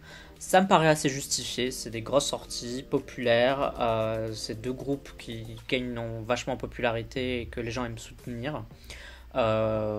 Donc honnêtement, j'ai pas grand chose à dire sur les premières places parce que je trouve pas ça très intéressant finalement. Désolé si vous êtes fan des deux groupes, mais pour moi ça me paraît logique et justifié. Je trouve pas que ce soit ni la meilleure chanson de Dreamcatcher ni la meilleure chanson de G-Idol, mais ça me dérange pas que ce soit la chanson préférée des gens en ce moment. Par contre, le plus intéressant, je dirais, c'est les différents top 3 qu'on a eu. Donc, on a eu du 80s, Take Me Home. On a eu Hyuna avec I'm Not Cool ou Chungha avec Bicycle. Donc, qu'est-ce que tu penses un peu de ces 5 chansons? Ouais, donc moi surtout Chungha au début, bon quand c'est sorti, bon voilà, Chungha qui est un de mes artistes soloistes préférés. C'est vrai que Bicycle quand elle est sortie, donc j'étais aussi vraiment hypé par le truc et je vais te satisfaire un petit peu. Avec le temps, je m'en suis un peu lassé. Je me suis rendu compte que c'était pas quand même... C'était très loin de Stay Tonight ou Dream of You, vraiment. Ça reste sympa. Voilà. Mais c'est plus, en fait, j'ai écouté l'album. Et l'album, dans sa globalité, je trouve, est un très bon album. Très bien construit. Donc, du coup, voilà, pour Bicycle, elle est dans... Du coup elle est en haut, je sais pas, du coup aujourd'hui j'arrive pas à me prononcer si est-ce qu'elle mérite du coup d'être aussi haut ou pas, parce que objectivement je me rends compte qu'il y a des sons qui sont plus bas qui mériteraient d'être en tête quoi en fait, enfin surtout dans le top 5. Concernant Dreamcatcher, bon ça m'étonne pas non plus, voilà, Odd-Eye c'est un très bon son, enfin ça fait partie des rares sons vraiment qui m'ont marqué de Dreamcatcher et je peux comprendre aussi derrière parce que c'est une bonne fanbase aussi qui suit. Hyuna, tu vois pareil, j'adore mais je m'en suis un peu lassé mais pas comme Chungha. Enfin, je peux quand même l'écouter et continuer à m'éclater et c'est bien qu'elle soit là, du coup je pensais pas qu'elle serait aussi haut aussi longtemps. Mais du coup c'est cool de la voir se maintenir Donc faut croire un peu plus en ta communauté en fait. C'est ça qu'il faut que je fasse. J'adore I'm Not Cool, moi je la trouve grave bien. Je suis un peu déçu que là, la dernière semaine, elle est un peu descendue. Ouais. Mais bon, on sait jamais, on sait pas ce que les autres semaines nous réservent. Mais mérité, enfin c'est vraiment des 5, c'est ma préférée quoi, vraiment. Donc voilà. J'ai envie de parler de quelques chansons, parce que du coup c'est un peu l'occasion de parler plus en détail de chansons qu'on aime bien et qui sont dans le top 20. Wrap Me in Plastic de Momoland et Cromance, qui est donc une reprise en fait d'un titre déjà sorti, mais que j'avais jamais écouté du coup, et que j'ai découvert grâce à Momoland. J'adore cette chanson. Bon, j'ai l'impression que Momoland, on leur refile tous les trucs les plus bizarres, les plus cheapos, mais justement, je trouve que le côté cheap de Wrap Me in Plastic, c'est ça qui rend le titre intéressant, parce que moi, ça me fait vraiment penser au titre Barbie Girl d'Aqua, qui était un tube, hein. Ouais. Vous connaissez tous, hein, dès qu'on chante, vous l'avez tous en tête. Et en fait, moi, ça m'y fait penser, parce que le clip, il est un peu vain, les meufs sont super superficielles, elles font n'importe quoi, elles sont fringuées n'importe comment. Ça me fait un peu penser à une maison de Barbie de 2021, quoi. Et les paroles, elles sont un peu cheap aussi, c'est vraiment, ça raconte presque la même chose finalement que Barbie Girl. Et c'est ça que j'aime beaucoup, en fait, j'aime beaucoup ce côté très superficiel, très plastique, et bon, effectivement, c'est un peu le thème de la chanson. Et j'adore cette chanson qui est un peu répétitive, qui est un peu... ça me fait vraiment penser à des... C'est un peu comme les mouvements finalement des Barbie, quoi. Tu sais, elles ont toujours qu'un axe, tu sais, pour bouger les jambes. Et j'ai l'impression que cette chanson, c'est un peu ça, quoi. C'est une Barbie. Voilà, je sais pas. Ça m'hypnotise, je te jure, quand elle est sortie, je l'ai écoutée 1 heure en boucle. Mais je m'en suis pas rendu compte, quoi. Je l'ai mis en mode, je vais l'écouter 2-3 fois parce que je l'aime bien. Et puis je me suis rendu compte 1 heure après, j'étais toujours dessus. Ouais. Donc voilà. Donc, mais je pense que cette chanson, tu vois, faut prendre le temps parce que je le vois avec les scores qu'elle a fait, tu vois, dans le K-chart. Et tu vois, moi c'était pareil, au début je te dis ouais, un peu moyen et tout, nanana. Puis maintenant je l'ai trouvé hyper addictive et je l'adore, tu vois. La chanson, pour l'instant, elle est dans mon top 10, tu vois, des sorties de l'année. Et je vois dans le classement, c'est un peu pareil, tu vois, elle a augmenté petit à petit. J'ai l'impression que c'est peut-être pareil aussi, les gens, il aura fallu le temps que ça leur prenne. Ouais, non, mais c'est vrai que sur le côté, t'as le bon mot, c'est addictif, c'est un peu de la drogue, c'est un peu de la cocaïne. Une autre chanson que j'aime bien, c'est un boy group, c'est Cinema de Six, une chanson que j'adore. C'est une chanson qui est très simple, mais qui est tellement légère et efficace. C'est un plaisir à écouter, je trouve. Tout s'enchaîne super bien dans cette chanson, tu l'écoutes, t'arrives à la fin et tu te dis ah tiens c'est déjà la fin quoi, parce que tout est bien imbriqué. Et objectivement c'est pas le tube de la décennie, mais j'y suis attaché d'une manière X ou Y. Et ça me parle en fait comme son, c'est le genre de son qui résonne en moi. En fait je pourrais pas vous dire c'est une chanson trop bien, elle est sous-cotée ou je sais pas quoi, non, je pense qu'elle est bien cotée, entre guillemets, elle a ce qu'elle mérite. Mais vraiment je trouve que c'est vraiment un petit bonbon quoi, tu sais, c'est agréable et tout, voilà, je sais pas quoi dire d'autre, j'aime beaucoup. J'ai aussi envie de parler de Love So Sweet, qui est une excellente surprise de ce début d'année. Je l'ai encore écouté en shuffle la fois dernière et à chaque fois je suis directement happé par le début du titre. Et en fait c'est une balade dans le sens voyage, mais un petit voyage de 3 minutes, donc de Cherry Ballet.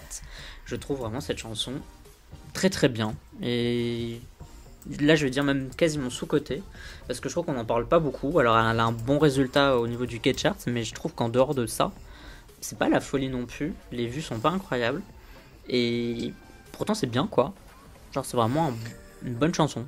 Bah moi Love So Sweet c'est actuellement ma chanson de l'année.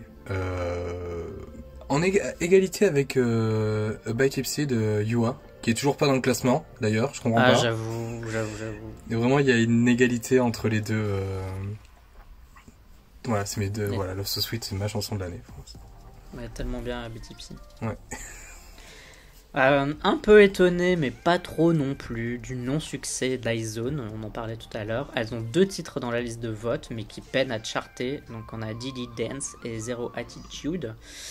À la fois tu te dis, bon, un groupe aussi populaire fonctionnait aussi mal. Et puis je me rappelle aussi que leur succès, il est dû en partie à l'attachement des gens après Produce, et non pas parce que les gens adorent les sons, quoi. Et c'est ce que je disais par rapport à... En fait, tu as choisi la comparaison avec Uju Sonyo. Quand un groupe fait des sons qui ressemblent à ceux d'Izone, bah, finalement, c'est un groupe qui est un peu au milieu de la meute, quoi. Uju Sonyo, c'est pas un groupe qui flop, mais c'est pas un groupe qui excelle non plus, qui tu vois, qui est incroyable. Ouais. Et je pense que Ice Zone, s'il n'y avait pas eu Produce, elle serait arrivée en fait exactement au même endroit. Donc du coup, ça m'étonne pas parce qu'on a déjà eu des titres de Wuju Sonyo dans le classement et qui peinent aussi à rentrer. Mhm. Et je pense que c'est plus le nom finalement qui les aide plutôt que les chansons, quoi. Surtout que les deux là, c'est pas leur meilleur, quoi. Voilà, je sais pas quoi dire. C'est pas, elles ont eu mieux, quoi. Elles ont eu Fiesta, elles ont eu Violetta, voilà. Oh, ouais, bah, moi, pareil, je les aime bien les deux, mais c'est pas non plus pas marquant. Je préfère. Si, celle pour la pub, la Pepsi et tout, c'est sympa. J'aime un peu plus. Mais Did Dance, en fait, je la trouve cool, Did Dance, mais c'est pas. Ouais, c'est pas Fiesta, quoi. Voilà. Un autre groupe dont personne ne parle, enfin dont on a beaucoup parlé, mais j'ai jamais vu la personne faire la remarque, en tout cas dans les commentaires, c'est aespa, qui est aussi venu une fois dans le classement, puis qui a totalement disparu. Donc avec la chanson Forever. Alors moi je trouve que là c'est rassurant, parce que je n'aime pas cette chanson. Enfin je trouve que c'est une balade de Noël qui est sortie trop tard. Donc du coup ça veut quand même dire que le nom ne fait pas tout. Et ça me rassure un peu. Je me dis bon, finalement, ça a beau s'appeler aespa, si la chanson est pas incroyable ou si elle rassemble pas les gens, ah bah les gens votent pas pour. Et du coup je trouve ça un poil rassurant. Par contre, là je vais encore faire l'avocat du diable, mais on a Switch to Me de JYP avec Rain qui n'est jamais rentré dans le classement, et pourtant la version Dahyun et Chaeyoung de Twice est rentrée dans le classement. Alors du coup, est-ce que c'est pas le nom là qui les a propulsés un peu plus haut, alors que finalement c'est un peu la même chanson, quoi. Bah, justement, ouais, ça m'a. Alors, du coup, déjà pour aespa, comme ça on parle des deux covers, des deux reprises. Pour aespa, tu vois, ils ont voulu prendre la même sauce que pour Red Velvet. On te fait un début, puis après on te sort Be Natural, on te fait un cover et tout. Sauf que ouais, le côté, déjà un peu faire une chanson d'hiver, un peu des... Bon, déjà moi je suis pas balade. Donc voilà, clairement c'était pas moi la cible pour cette chanson. Sachant que j'avais, bon, vous le savez, j'ai bien kiffé Black Mamba. Mais ouais, non, c'était pas la cible. Et puis, ouais, non, enfin, quand tu prévois un projet comme aespa, comme il te le présente, je suis désolé, mais envoyez du lourd, quoi, pour commencer. Vraiment, lésinez pas, quoi, sur le truc. Et Après, je pense que ouais. c'était attendu quand même, tu vois, au niveau d'Espa. Genre, tout le monde savait qu'ils avaient envie de faire une Ouais, reprise, et que c'est un peu dans le délire, et qu'on sait toujours que les reprises sont jamais les plus appréciées, les plus... Voilà. On avait eu Be Natural qui était sympa, mais c'est vrai que quand tu compares avec Automatic, ça fait un peu de la peine, quoi. Donc, voilà, dans l'absolu, je pense que c'est toujours des titres un peu oubliables, les reprises que la SM aime faire. Donc c'est peut-être ça aussi. ouais, il y a ça, ouais.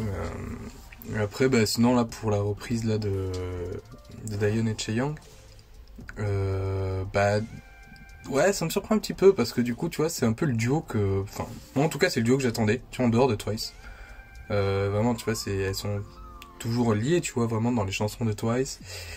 Et c'est le truc auquel tu t'attendais, et quand il est arrivé, bah, t'es là, waouh, non, c'est là, vraiment, ils ont fait un truc. Et je pensais que ça allait un peu plus marquer.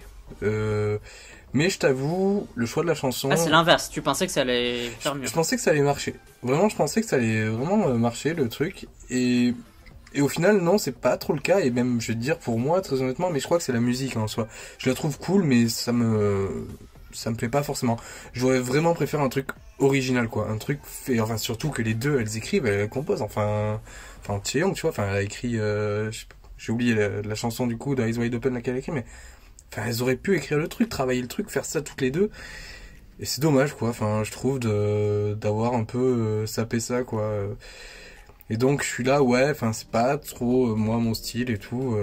Puis surtout, enfin, à un moment donné, JYP, enfin, c'est bon, les chevilles et tout, le melon, tu vas poser un peu ça, et laisser un peu tes artistes faire ce qu'ils veulent, quoi, plutôt que reprendre à chaque fois ces chansons. JYP me commence à me saouler, vraiment. Et tu sais, je suis un peu comme toi. Le mec, je le trouve imbuvable, et en même temps, je me dis, s'il était pas là quand même, Oui, je m'aurais pas autant, quoi. mais c'est sûr. Il est quand même. C'est tu sais, c'est love to hate, quoi. C'est vraiment, c'est adorer détester, et Ouais, c'est ça. Ouais. c'est. Voilà.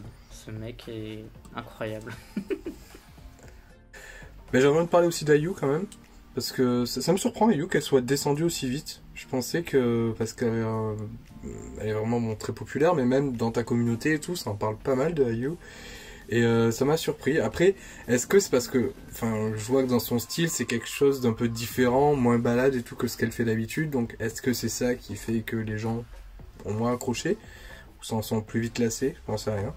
Ça m'a un peu surpris, ouais, IU. Et sinon, ben, Wua aussi, bon, voilà, ça s'est maintenu un peu dans le bas, mais enfin, elles ont fait un bon petit parcours et tout. Et cette chanson, voilà, I Don't Miss You, c'est pas ma chanson du moment, mais le refrain, par contre, ouais, c'est mon refrain du moment. Je l'ai en tête tout le temps en ce moment. Voilà, donc bravo, petite de Wua. Je t'avoue, IU, moi ça m'étonne pas tant que ça parce que faut toujours comparer le résultat d'un artiste la première slash deuxième semaine au reste. Parce que parfois il y a des gens qui votent qu'une fois, tu vois, ou qui se disent ah putain là j'ai envie de voter pour IU, faut trop qu'elle marche. Et puis effectivement, si t'aimes bien IU, ça veut quand même dire que tu dois voter pendant 8 semaines, et 8 semaines c'est long, il y a des gens qui se lassent, il y a des gens qui oublient, enfin tu vois. Donc du coup effectivement, au fur et à mesure des semaines, normalement, les artistes baissent. Et à un moment donné, ils baissent et les gens regardent la vidéo par curiosité et ils se disent ah merde, quand moi j'avais voté, elle était quatrième et maintenant elle est genre, je sais pas, dixième. Et du coup, ils se réveillent, ils revotent et le titre remonte. J'ai l'impression que c'est un peu ça la vie d'un titre dans le catch-chart. Ouais. C'est. Voilà quoi. Et on l'a même vu avec Dreamcatcher où quoi, les votes sont moins nombreux quoi. Ils restent suffisants pour rester premier, mais il y en a toujours 1, 2, 3 de moins à chaque fois. Ah oui, et alors Wua, moi je me demande si vraiment c'est pas des votes truqués parce qu'en vrai le single il passe pas et la B-side elle passe. Et je me dis, est-ce que c'est pas des gens qui. Mais la B-side elle est mieux. Enfin, je préfère moi la B-side, tu vois, au title donc. Ah, le title était pas trop mal. Bah, le title, tu vois, par exemple, je votais pas pour le title et là pour la B-side, moi je vote. Et du coup, on va faire notre petit débat aujourd'hui qui est un peu sur l'année 2021, mais vous allez voir qu'on a nos petits angles d'attaque. Donc c'est parti pour le débat du podcast.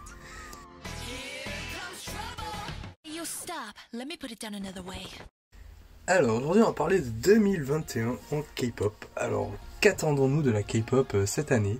Surtout après une année 2020 riche musicalement qui a mis la barre encore plus haut. Que pouvons-nous attendre de cette année? Alors on va parler notamment des comebacks très attendus, comme chaque année vous me direz, des rookies qui sont en pagaille, comme chaque année vous me direz, et malheureusement aussi des fins de contrat d'artistes, comme chaque année vous me direz encore.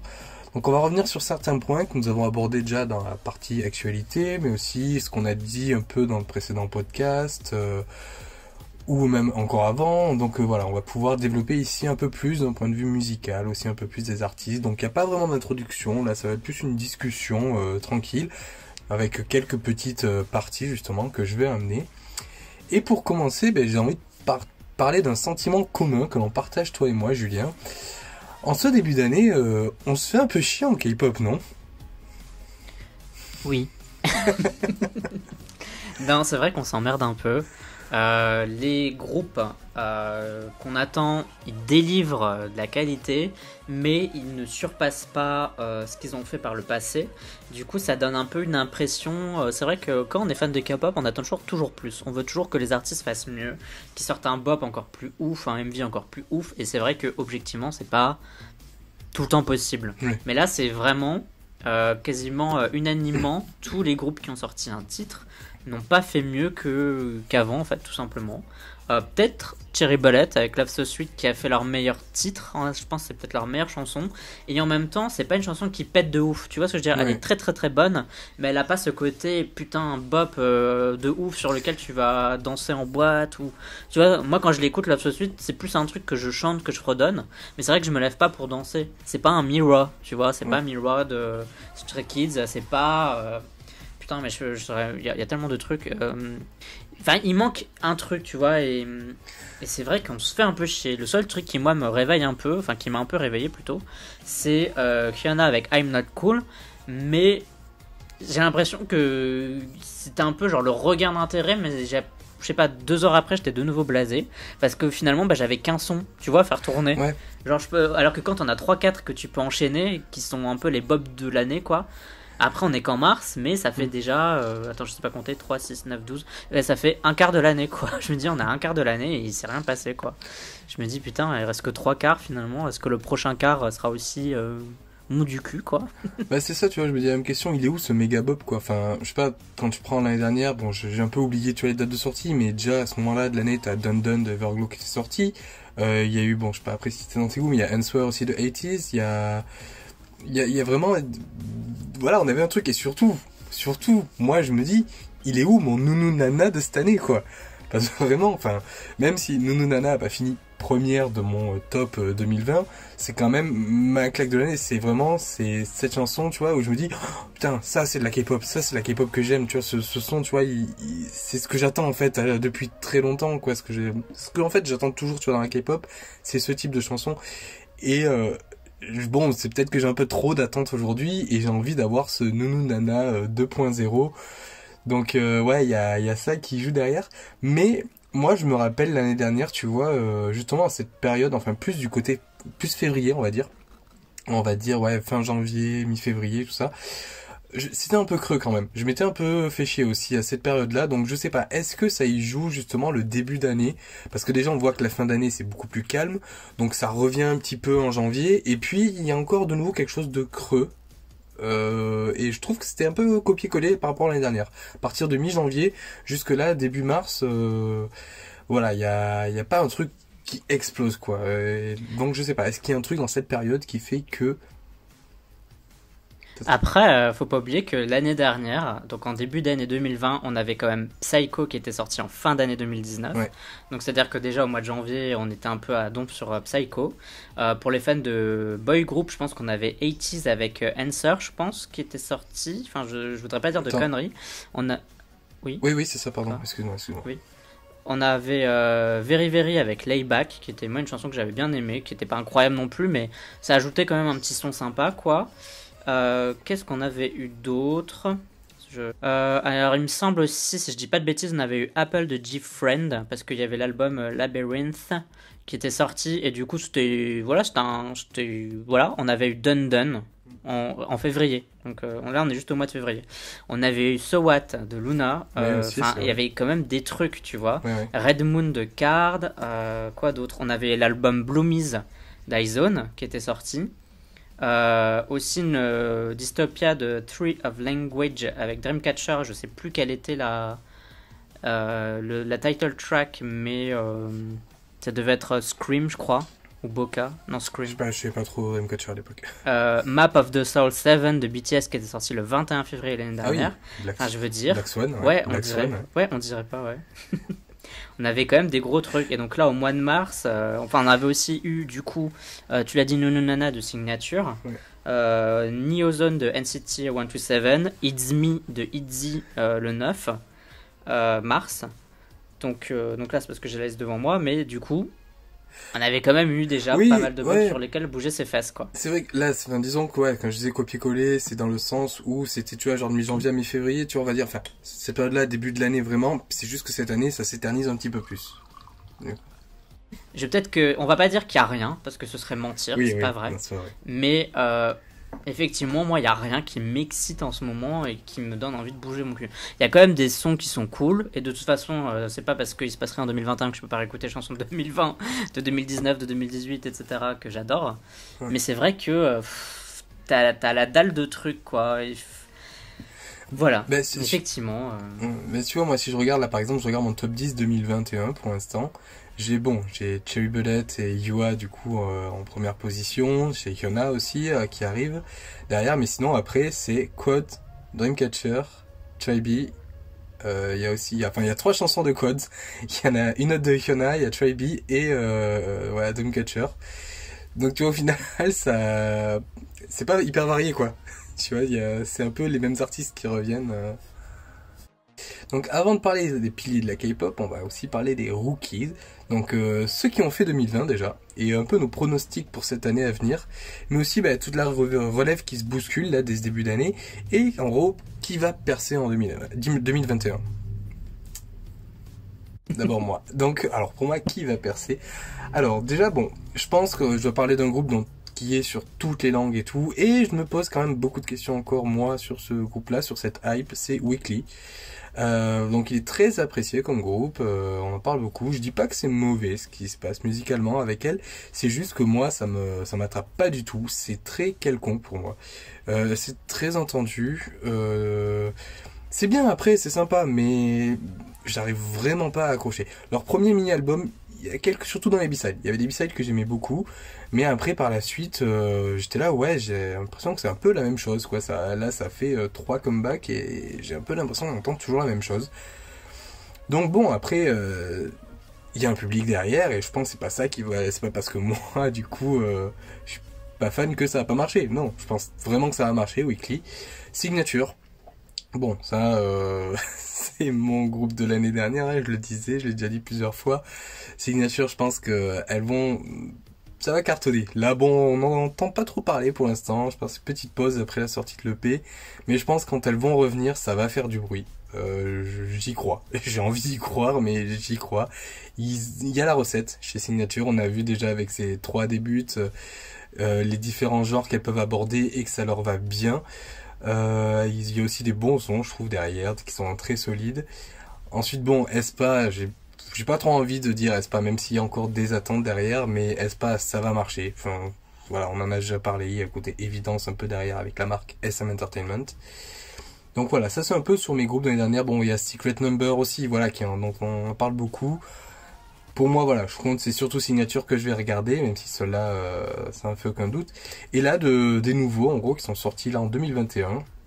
Je pense, bon, Codes, j'espère. Je me dis que ça va être un peu plus difficile pour Codes, parce que c'est quand même petite agence, quoi. Et ils ont un truc hyper intéressant, et musicalement, c'est hyper intéressant, donc j'espère, mais ça va être un peu difficile. Faut reconnaître un peu ça.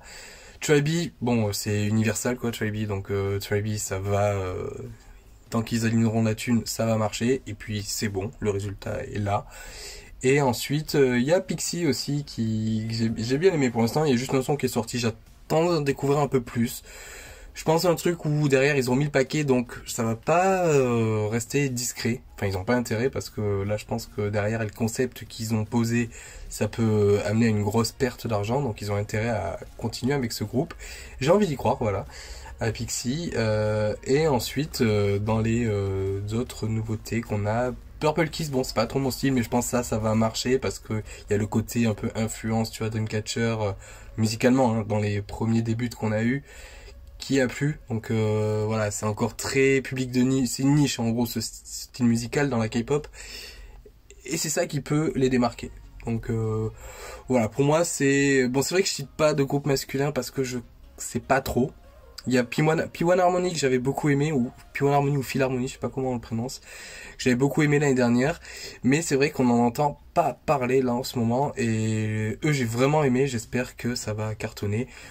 Et puis bon, si, j'ai aimé Treasure et Gravity, eux aussi, pareil, j'en parle pas parce que eux ça va marcher, c'est sûr et certain. Écoute, finalement, j'ai quasiment le même avis que toi sur tout ce que tu as dit.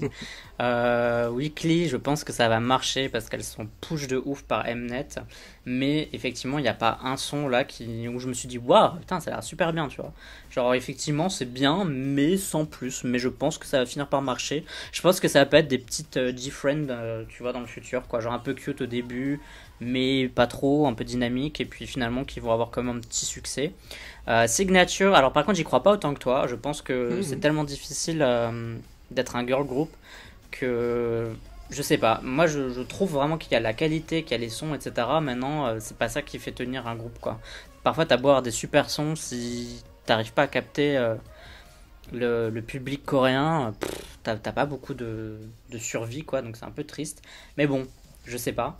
Quoi d'autre en groupe donc oui, effectivement, tu as aussi parlé de Unhypen et de Treasure. Ça va fonctionner de ouf, c'est sûr. Espa, faut juste attendre, mais c'est sûr aussi. Donc tous ces gros groupes d'agences là, c'est pas une surprise. Moi, je pense aux petits groupes féminins qui vont arriver grâce au Disband iZone, qu'on n'a pas encore là, mais je sais pas trop s'il y a des nouveautés qui vont arriver grâce à ça. Tribe, je suis comme toi, je pense aussi que ça va fonctionner tant que la thune sera alignée.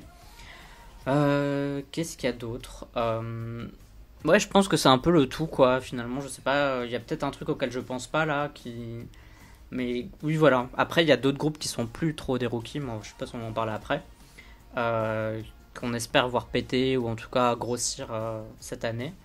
Mais c'est vrai que dans les groupes rookies, il y a ça. Ah oui, aussi, le groupe Kingdom. Je trouve que le concept est super intéressant. C'est un groupe masculin qui a pour thème en fait les épéistes, entre guillemets, les chevaliers connus du Moyen-Âge et enfin de vieilles périodes, d'anciennes périodes. Et j'aime bien le concept, finalement, je trouve ça un peu couillu, je trouve ça un peu étonnant, c'est un peu kitschouille, mais l'idée est là, est sympa, et s'ils s'y tiennent, franchement, je pense vraiment que les gens peuvent adhérer, quoi. Tu vois, genre, parce que un truc qu'on a avec les groupes masculins et qui fait qu'on n'en parle pas trop, c'est qu'on a quand même l'impression qu'ils se ressemblent un peu tous, tu sais, il n'y a pas un concept très défini, Ouais. c'est le concept c'est boy group, tu vois, et après c'est les sons qui eux sont différents, mais le concept en lui-même est jamais trop voilà, trop dingue si je peux dire ça comme ça, alors que là Kingdom propose vraiment un concept très précis, très délimité et j'ai envie de voir ce que ça va donner en fait. Genre vraiment je suis très curieux. Donc je pense que ça peut marcher. Leur premier titre c'était un bordel, une cacophonie monumentale, mais c'était ça qui était bon. Donc du coup j'ai hâte de voir la suite quoi. C'était un peu le bordel. Voilà, je sais pas. Et après, du coup, maintenant, après avoir parlé des rookies, on va parler bien sûr des majors, des gros, des piliers de la K-pop. Parce que quand même, il y a aussi le paysage a pas mal évolué en K-pop depuis quelques années. Avant, c'est vrai que des groupes, tu vois, t'as des groupes qui sont là depuis 5 6 ans et tout, qui sont, je dirais pas qu'ils sont peu connus, mais qui n'ont pas un énorme succès. Par contre, t'as des groupes, surtout de la QV 2019 pardon, qui ont percé énormément quoi. Enfin que ce soit ITZY ou Everglow par exemple. Enfin vraiment c'est des groupes dont on parle tout le temps aujourd'hui. Je sais pas après en termes de popularité, je sais pas si en nombre d'abonnés sur YouTube ou sur Instagram ou autre. Mais en tout cas, c'est sur toutes les lèvres, ça fait partie des morceaux les plus appréciés dans leurs chansons. Et donc voilà, donc en 2021, on peut aussi les classer parmi presque au même niveau que les plus grands. Donc bon, on a BTS et Blackpink. Je pense que y a pas besoin d'en parler, on sait que ça va marcher. Blackpink peut-être voilà, qui va s'orienter peut-être sur du solo cette année avec on a le solo de Rosé qui est sorti, il y a celui de Lisa qui se prépare si j'ai bien compris. Enfin déjà on a eu une petite performance de danse. Donc je sais pas comment ça va s'axer pour Blackpink et tout, mais ça serait intéressant justement voilà de profiter de cette année d'avoir sorti l'album l'année dernière pour s'axer maintenant sur les solos. Twice, bon, Twice, on aura du Twice, hein, ça, pour le printemps et tout, ça va faire du bien. NCT, là, je pense, vu comment la machine est lancée, on en a parlé, c'est soit ils continuent à en faire trop, mais bon, tout normalement, le public va peut-être se lasser, soit, là, ils vont enfin décider de faire une pause, on va voir. En attendant, faut pas que SM oublie qu'ils ont d'autres groupes dans leur agence. ITZY, voilà, comme je disais, ITZY ou Everglow, je pense j'ai confiance en ces groupes. Je pense que maintenant elles font partie des grands, faut pas s'inquiéter et ça va. Je pense que la machine voilà s'est mise en route et ça va continuer naturellement. 80s pareil, qui vont continuer. Ensuite, j'avais envie de parler aussi de Luna. Maintenant j'ai envie de parler de Luna tout le temps. Donc Luna, voilà, le comeback il arrive quand? Parce que là ça commence à faire long, je comprends maintenant l'attente que tu pouvais avoir en tant qu'orbite. Comme voilà, là du coup tu vois genre je pouvais te le dire pareil avec Red Velvet, mais vu que Red Velvet on était un peu obligé d'attendre avec l'accident de Wendy, tout ça, donc on s'y est préparé, donc maintenant on a compris la patience que c'est, mais du coup maintenant en tant que nouvelle orbite, je t'avoue que le comeback de Luna, j'ai hâte. Surtout, enfin c'est surtout qu'ils ont sorti leur teaser quoi. New Moon quoi, enfin les gars, sortez rien sinon, mais là vous sortez pas un truc, et après silence radio pendant des mois quoi, c'est horrible. Je sais pas, dis quelque chose Julien. Mais je sais pas, je t'écoute. Je te laisse Donc ouais, exprimer ton... voilà, je pleure, je me lamente et tout. Et j'ai envie de parler aussi quand même d'autres choses. Dans enfin là c'est pas les gros groupes, mais j'ai envie de le mettre dedans parce que c'est un gros truc qui s'est passé. On a tous été un peu choqués par ce truc-là. C'est Brave Girls quand même. Donc Brave Girls qui a fait un perfect all kill. Donc première de tous les charts coréens. Elles ont même surpassé Blackpink. Donc alors là quand j'ai pris mes notes, elles avaient 97 perfect all kill. Et il y en avait 92 pour Blackpink. Et là, tout à l'heure, j'ai vu elles sont arrivées au 100. Même Rosé a été battue au M Countdown de Mnet. Et du coup, merci Clément encore, donc sur le Discord, qui partage toutes ces infos là sur Brave Girls. Il nous tient au courant tous les jours de leur succès et tout. Donc merci pour toutes les infos. Donc ouais, voilà, Brave Girl, c'est ouf. Et je pense que là, t'as des choses à dire là-dessus. Ouais, je vais d'abord commencer par Brave Girls et après je vais parler des groupes ouais, vas-y. normaux. Brave Girls, moi je suis super content parce que j'adore Rollin'. Je trouve que si elle était sortie en 2021, ce serait une des meilleures chansons de 2021. Voilà, je le dis. Je trouve qu'elle est vraiment excellente, elle est géniale.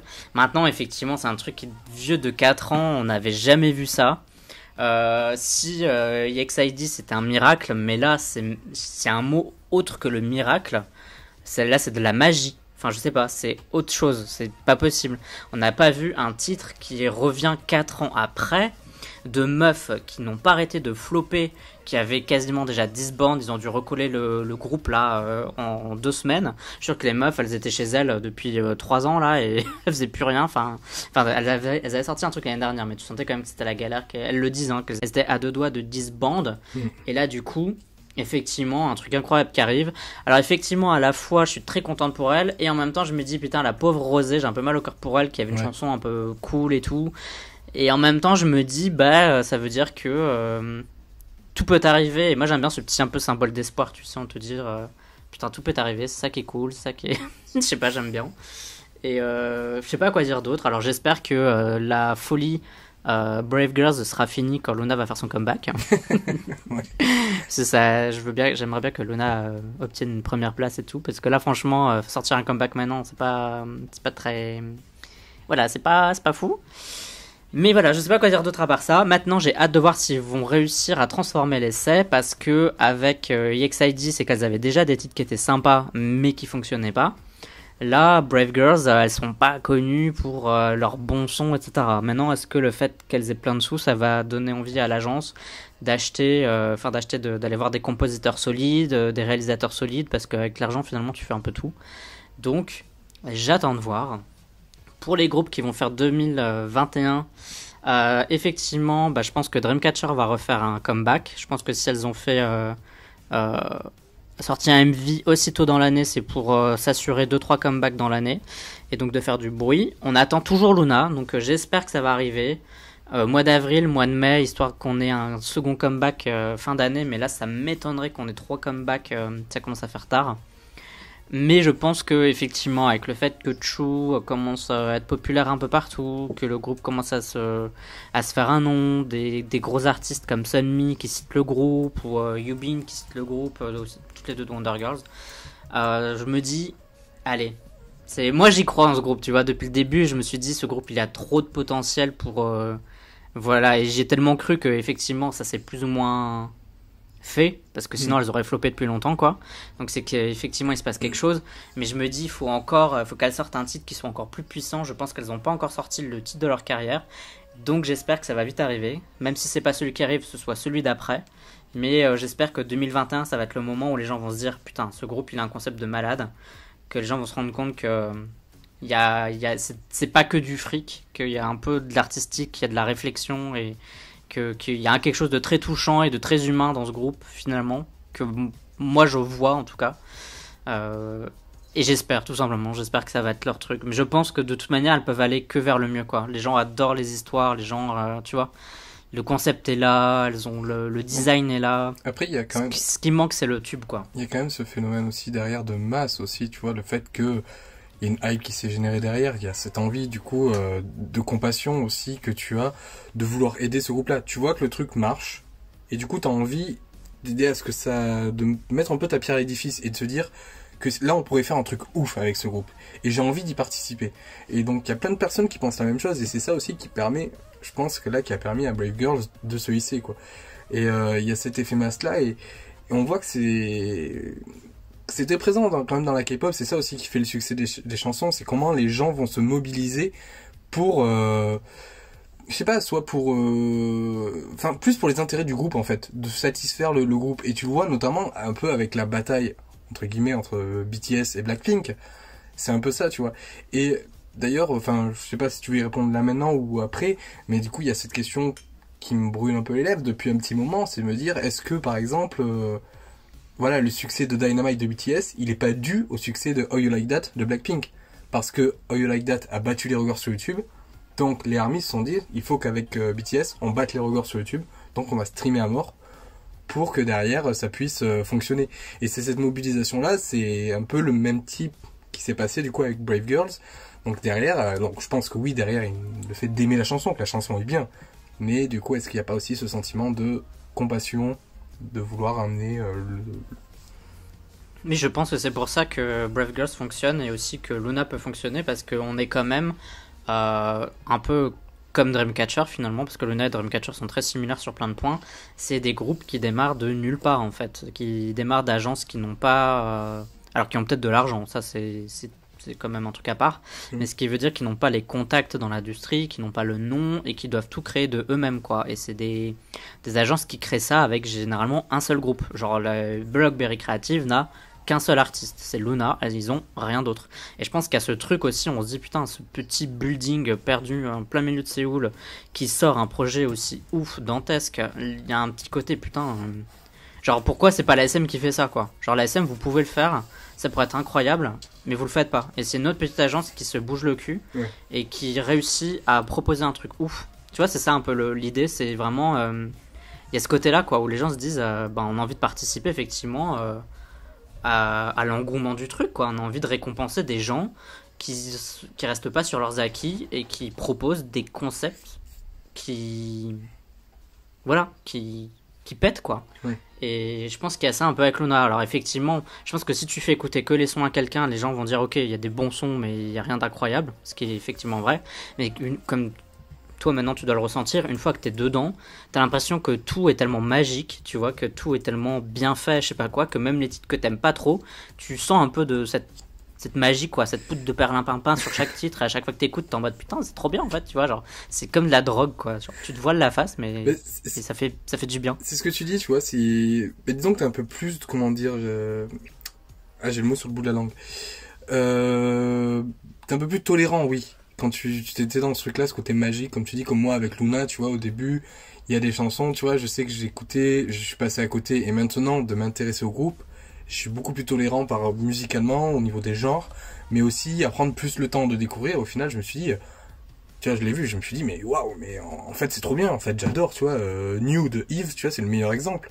New, qui pour moi était une chanson où j'étais là au début, ouais, sympa, bof et tout. Aujourd'hui, c'est ma préférée, quoi, de tous les solos, quoi. Je la trouve incroyable, cette chanson, elle est là. Vraiment, donc. Ouais, il y a cette tolérance aussi derrière, quand tu t'attaches au groupe, qui fait que la chanson devient plus accessible. Moi, je pense aussi qu'il y a les gros groupes qui vont revenir cette année. On espère, mais je pense que Red Velvet va revenir, donc on sait qu'elle va au moins sortir un truc qu'on espère intéressant. Mais dans tous les cas, enfin Red Velvet, c'est quand même 8 titres super bien et un moyen et un bof, si je peux dire ça comme ça. Donc en espérant qu'on tombe, enfin on a 8 chances sur 10 quand même de avoir un truc sympa. Blackpink peut-être, je sais pas si elles vont revenir, mais en tout cas, comme tu l'as dit, sans doute un solo qui va se mettre sous la dent pour Jisoo peut-être, pour Lisa, on espère. Voilà, BTS va sans doute sortir un truc, je pense, parce que je les vois pas ne rien sortir, mais bon, qui sait, ITZY va faire son retour, c'est sûr. Enfin, on sait qu'il y a des groupes qui, voilà, on sait que Twice aussi va revenir, c'est déjà prévu, elles ont un titre japonais qui doit arriver, donc on aura quand même des trucs à se mettre sous la dent. Et oui, en groupe qui vont faire 2021, bah, je pense qu'effectivement c'est des petits groupes comme Luna, ITZY, en tout cas de la dernière génération, qui vont commencer à s'imposer tout simplement, parce que bah, c'est la roue tourne quoi, tout simplement. Je pense qu'effectivement on va, désolé, hein, mais on va voir de moins en moins Red Velvet en théorie. On va voir de moins en moins ces groupes-là qui ont fait un peu les belles heures de la K-pop ces 5 dernières années pour faire la place des aespa, des Luna, des ITZY, en tout cas du côté des meufs, des Enhypen, il y a qui d'autre chez les mecs qui pourraient... ouais, Stray Kids, je pense, vont encore continuer sur leur lancée. Bon, on a vu là GOT7, c'est fini, mais pas trop fini en même temps, donc ça c'est un peu compliqué de juger, mais voilà, tu vois... Mais je pense qu'il faut attendre et on espère qu'ils vont sortir des trucs. Et du coup, il y a aussi les retours, comme on imagine, de 21, enfin les rumeurs avec SNSD, etc. Mais je pense que tu vas en parler. Bah du coup, ça c'est les trucs que j'attends un petit peu. Mais tu vois, je peux pas empêcher de garder en tête cette image un peu c'est un teasing, tu vois, tu sais pas trop, mais combien de temps ça va durer. Peut-être que ouais, ça va se faire, mais tu sais pas combien de temps ça va prendre. Est-ce que ça va être dans les priorités de SM de faire un comeback de SNSD là maintenant, avec tout ce qu'ils mettent, avec NCT, avec aespa, avec le comeback de Red Velvet, qui a pas encore été annoncé officiellement. On n'a pas de date pour Red Velvet, mais tu vois, on a quand même, ça a été annoncé quand même officiellement par SM Entertainment que il y aurait un comeback de Red Velvet cette année. Mais voilà, enfin c'est beaucoup de questions quoi en fait, et pour 21 ben ouais, c'est la volonté tu vois des filles de le faire, ce comeback, donc moi je serais mais tellement heureux d'avoir ce comeback, euh, mais comment tu vois, enfin avec quelle agence et tout. Donc c'est vrai que bon, à l'époque il y avait peut-être une idée il y a quelques temps, sauf que Minzy avait des problèmes avec son ancienne agence, et tant s'était pas un peu sorti les problèmes un peu de justice et tout avec son ancienne agence, c'était un peu compliqué. Donc maintenant Minzy ça va, maintenant elle a sa boîte, donc elle est tranquille. Et ils attendaient un peu ça, donc bon, voilà, je sais pas comment ça va se passer au niveau de la production, mais j'ai vraiment hâte d'avoir ce retour. Mais justement, c'est aujourd'hui, j'en parlais ce matin sur le Discord, et aujourd'hui, dans la K-pop, on voit que le paysage a changé, et on est témoin de ça. Il y a encore 5 ans, c'était encore dur de le voir, en fait. C'est que bah, les artistes, il y a encore 5 ans, on était là à se dire, voilà, les artistes, ils finissent leur contrat, et après, ils disparaissent dans la nature, quoi, ou ils partent faire soit du mannequinat, soit de l'acting et tout, j'en sais rien. Mais maintenant, ça y est, on a des groupes qui reviennent. On le voit bah, avec le phénomène Brave Girls, on le voit avec un probable comeback de SNSD, de 21. Après, est-ce que ça sera un comeback en mode fanservice? Est-ce que ça sera un vrai comeback? Je pense pas que 21 va relancer sa carrière, mais un vrai projet, quoi, derrière, ce que je veux dire.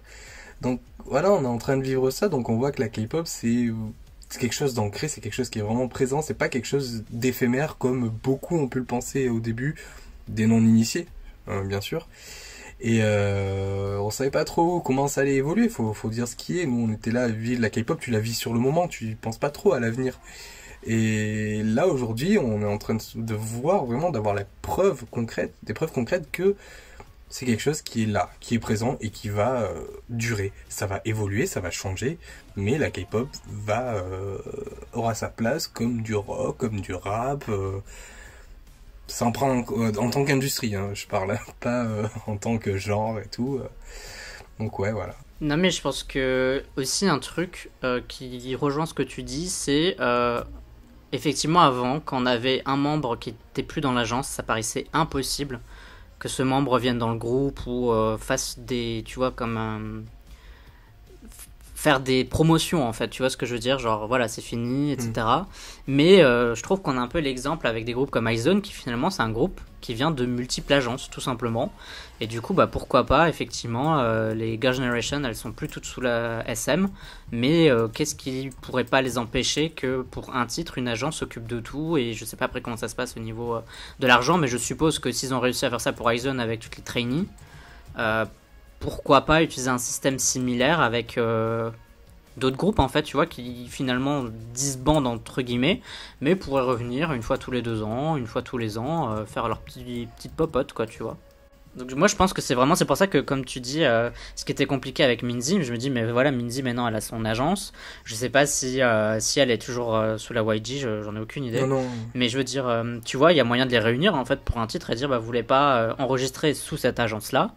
Et puis, sans doute qu'il y a un truc style, bah, l'agence elle prend 30%, et puis il y a 70% qui est divisé en 4, quoi, tu vois, tout simplement, et puis basta. Ça, je sais pas. Ça, c'est vraiment une question que je me pose. Hein. Ça, vraiment, je me demande comment tu fais quand chacune sur... Après, tu vois, là, ça peut être une qui initie le truc, tu vois, genre Minzy qui dit, voilà, maintenant j'ai ma boîte, j'ai mon agence, hop, je produis les filles, je vous fais revenir.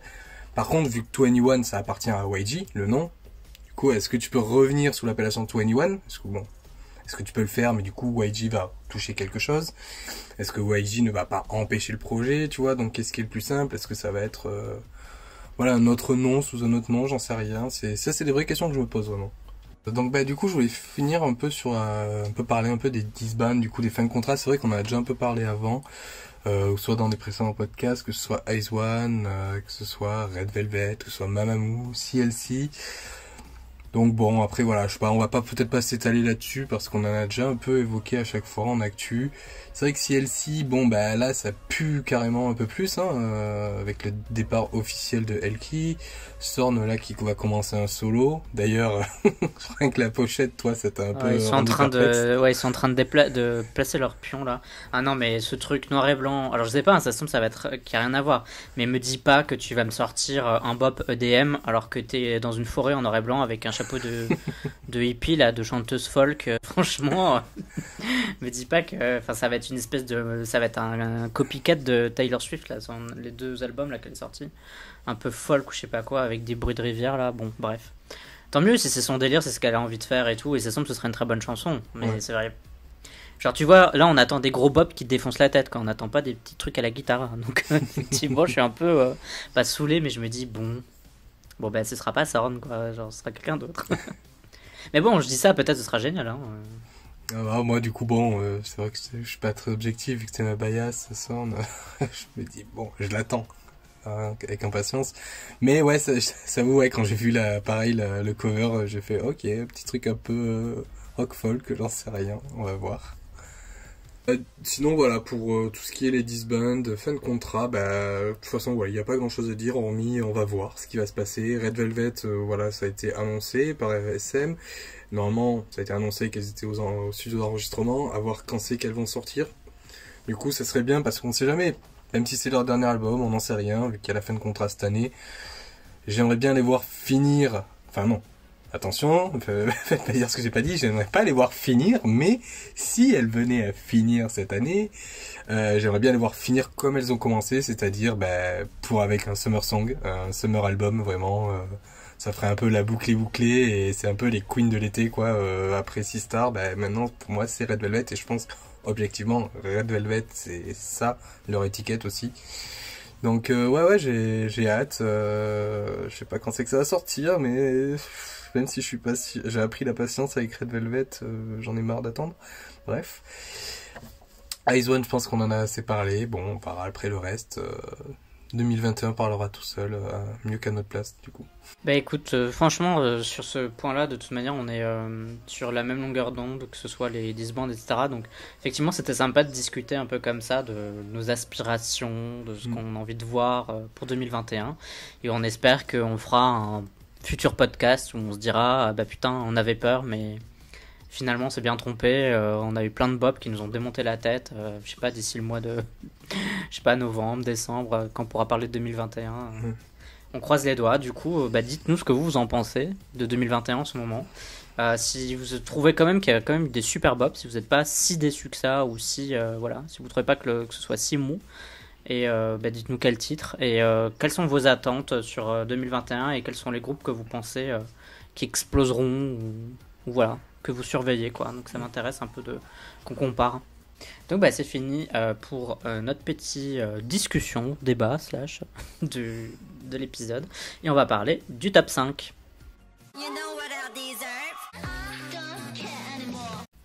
Donc ce top 5, ce sera sur les Girl Generation. On avait envie d'évoquer une ancienne génération. Donc si vous ne connaissez pas, ce sera l'occasion. Notez les titres et allez les écouter. Ça fera au maximum 10 titres. Mais je pense qu'on en aura peut-être quelques-uns en commun. De mon côté, j'ai fait mon top. C'est que des singles. Donc j'adore certaines B-sides, mais j'ai mis que des singles. Je pense que c'est plus simple aussi pour les gens. Il y a des MV. Et toi, je sais pas, tu l'as... moi, il y a des B-sides. Comme d'habitude. Donc, qui commence? Vas-y, à toi l'honneur. Ok.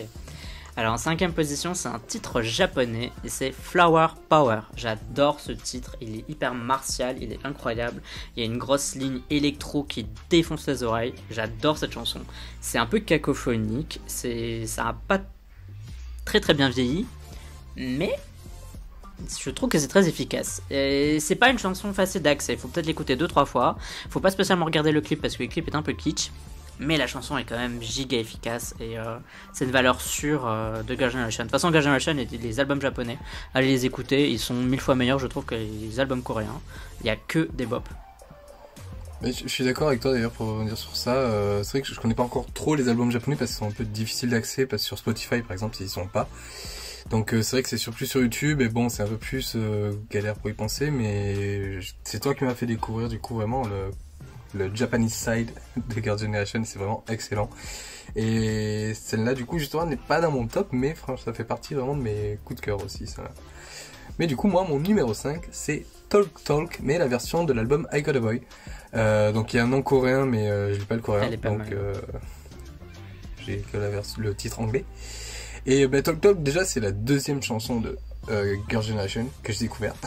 La première c'était I Got a Boy, et celle-là c'est la deuxième que j'ai découverte, et c'est totalement mon style, j'aime bien. Il y a l'énergie qui est à l'intérieur et tout, ce côté très positif. Je sais pas trop comment le définir musicalement, mais voilà, c'est une chanson que j'aime beaucoup. En quatrième position, ça va être à moitié étonnant, je pense, mais c'est une ballade, et c'est Time Machine, qui est aussi un titre japonais. Alors Time Machine, déjà le MV je le trouve très très beau, genre allez le voir, il est vraiment très beau. Elles ont chacune une scène en fait, les 9 nanas ont une scène, un peu à la Twice, tu sais, dans les débuts elles avaient chacune un peu leur ambiance, tu sais, à la Cheer Up. Là c'est un peu le même délire, mais c'est une ballade qui est hyper grandiloquente. Ça crie un peu, il y a une espèce de petit bridge trop bon là, et c'est vraiment pour faire chialer dans les chaumières, et moi j'adore ça, j'adore. Les ballades c'est simple, c'est soit je veux une ballade qui soit sincère, mais c'est difficile d'avoir une balade sincère de quelqu'un qui parle d'amour alors qu'il n'a jamais connu quelqu'un de sa vie. Je trouve ça un peu compliqué, qui est un peu l'explication du pourquoi j'aime pas trop les balades en K-pop, parce que je les trouve pas sincères du tout. Et justement, si elles sont pas sincères, je veux quand même qu'elles soient grandiloquentes et qu'elles essayent de t'arracher toutes les larmes de ton corps, qu'elles soient... ça pourrait être dans un vieux téléfilm de Noël sur TF1, tu vois, avec un gros truc derrière, avec je sais pas, des gros instruments derrière, enfin voilà. Et Time Machine, c'est exactement ça. C'est incroyable, elles sont en mode... Enfin... C'est tout ce que j'aime. J'adore cette balade.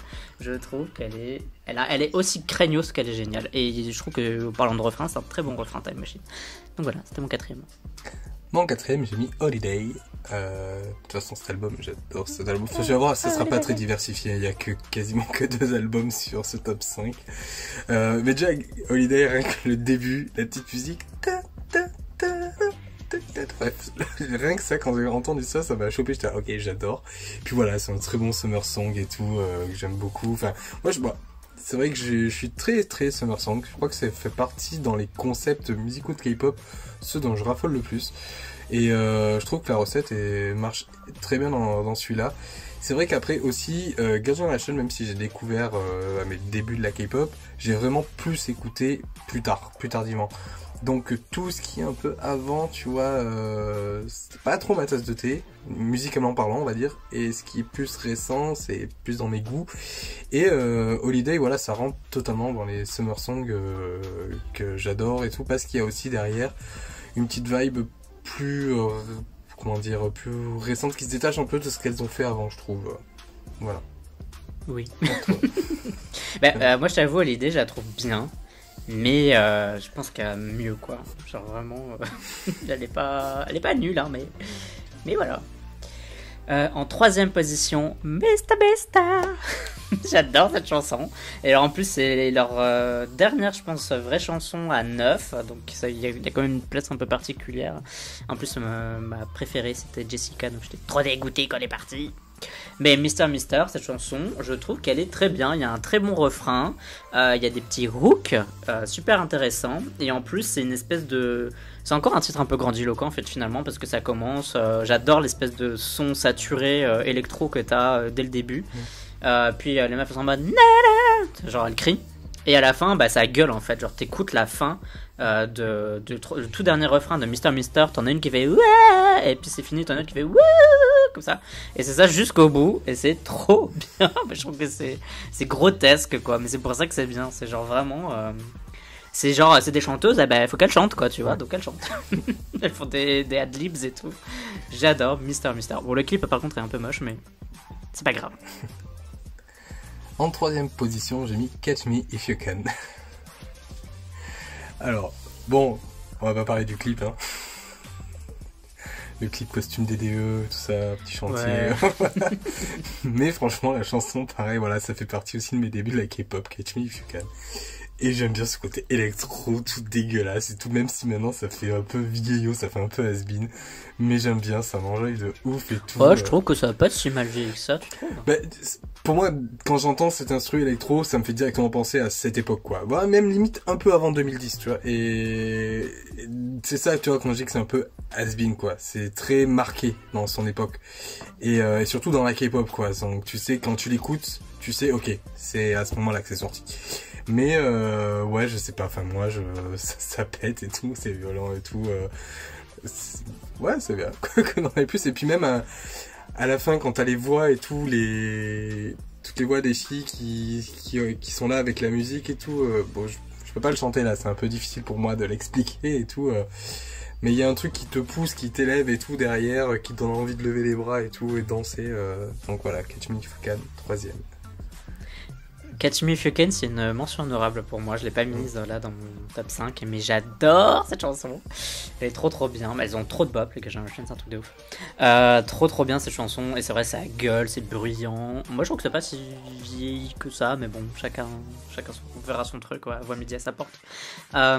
Ouais, trop bien, trop bruyant, trop tout. Et en plus, il y a une version à 9 de cette chanson, même si officiellement, elles l'ont sortie à 8. Donc, ça va, ça passe, tu vois. En deuxième position, c'est Jennie. Jennie. J'adore cette chanson. C'est un putain de... C'est un refrain de stade, quoi. Ce truc, c'est tu l'écoutes, t'as l'impression que toi-même t'es un génie, tu peux voler. Ne faites pas ça si vous ouvrez votre fenêtre. Ne sautez pas par la fenêtre, vous ne volerez pas. Mais c'est vraiment, moi, l'impression que ça me donne. C'est que je l'écoute, je suis en mode...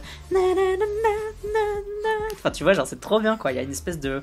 Les mots, en fait, sont posés d'une certaine manière. Ils servent la chanson. Tu vois ce que je veux dire? Les lyrics servent la chanson pour que les paroles deviennent aussi un instrument musical. Tu vois, que ce soit pas juste des voix. Ça sert au truc, quoi. Je sais pas comment dire. Et ça fait que le tout, c'est une espèce de dinguerie, quoi. Genre, je trouve ça trop bien, quoi. Et même les couplets sont trop bien, quoi. Genre, ça commence en hyper grave, tu vois. Genre, quand ils font So when I'm mad about... Doum, tu vois, genre il y a un truc point. Doum.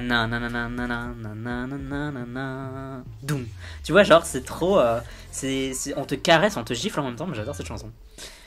Voilà, Jennie, beaucoup trop bien. Alors ma numéro 2, c'est All Night. Alors, tu vois, dans les sons rétro, moi j'aime bien quand ça tape un peu. Pour le coup, celui-là, je trouve quand même assez cool, détendu. Et justement, c'est ça qui m'a surpris. La première fois quand je l'avais entendu, c'est pas celle qui, tu vois, sur l'album, c'est Holiday qui m'avait marqué. All Night, moins. Et en fait, maintenant, tu vois, je sais pas, quand il y a la vague rétro qui est passée l'année dernière. Et du coup, c'était... ouais, enfin, après All Night, j'ai toujours un peu écouté, mais en fait, ça m'a donné envie d'y revenir, vraiment. Et j'ai complètement accroché. Et finalement, tu vois, ça change un peu de tous ces sons rétro qui sont hyper... comment dire, avec un hyper rythmé, tu vois, un peu du Ladida, tu vois, par exemple, que j'aime beaucoup, mais je t'avoue que maintenant, ça m'est un peu passé, tu vois, la folie, la Ladida est descendue. Tandis qu'All Night, c'est un truc, vu que ça reste quand même assez cool, ben, c'est toujours présent. Et je sais que ça durera, quoi, encore et encore. Et d'ailleurs aussi, petite mention pour le MV, moi que j'aime beaucoup, un peu, c'est vrai que ce format 4 tiers et tout, toutes ces couleurs, il y a une atmosphère que j'aime beaucoup, donc All Night, c'est mon deuxième. J'avoue, j'aime assez bien ce MV aussi, il y a des drag queens en plus dedans. Bref.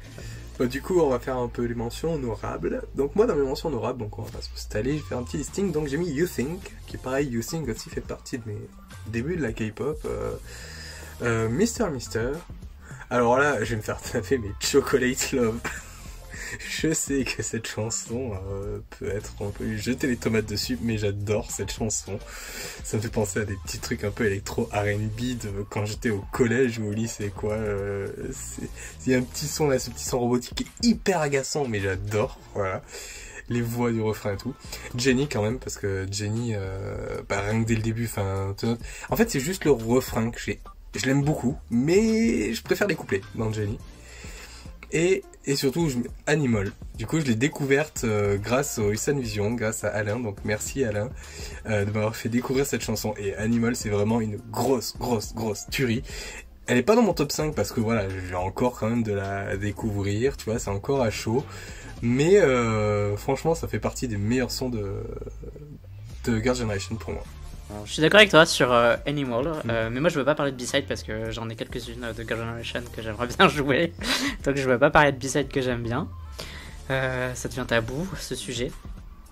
Donc j'avais déjà sorti Catch Me If You Can que j'aime beaucoup. J'aime aussi Root qui était une chanson que je détestais au début et j'ai appris à l'aimer. Vraiment je l'adore. G incontournable. Je sais pas, j'aime tout dans le G, je trouve ça trop cool. J'aime assez bien aussi All Night, Holiday. Enfin j'ai l'impression que je vais sortir tous les singles en fait. Party, j'adore Party. P-R-T-Y. Mais c'est pas ma numéro 1. Je sais pas, en fait il y a tellement de sons qui sont trop cool. Même Rendezvous Run, un petit côté sympa. Je pense vraiment, si vous avez du temps à perdre, que vous savez pas quoi faire, écoutez les singles de Girls' Generation, ça peut être quelque chose pour vous occuper. Vous allez découvrir des chansons qui sont quand même super efficaces.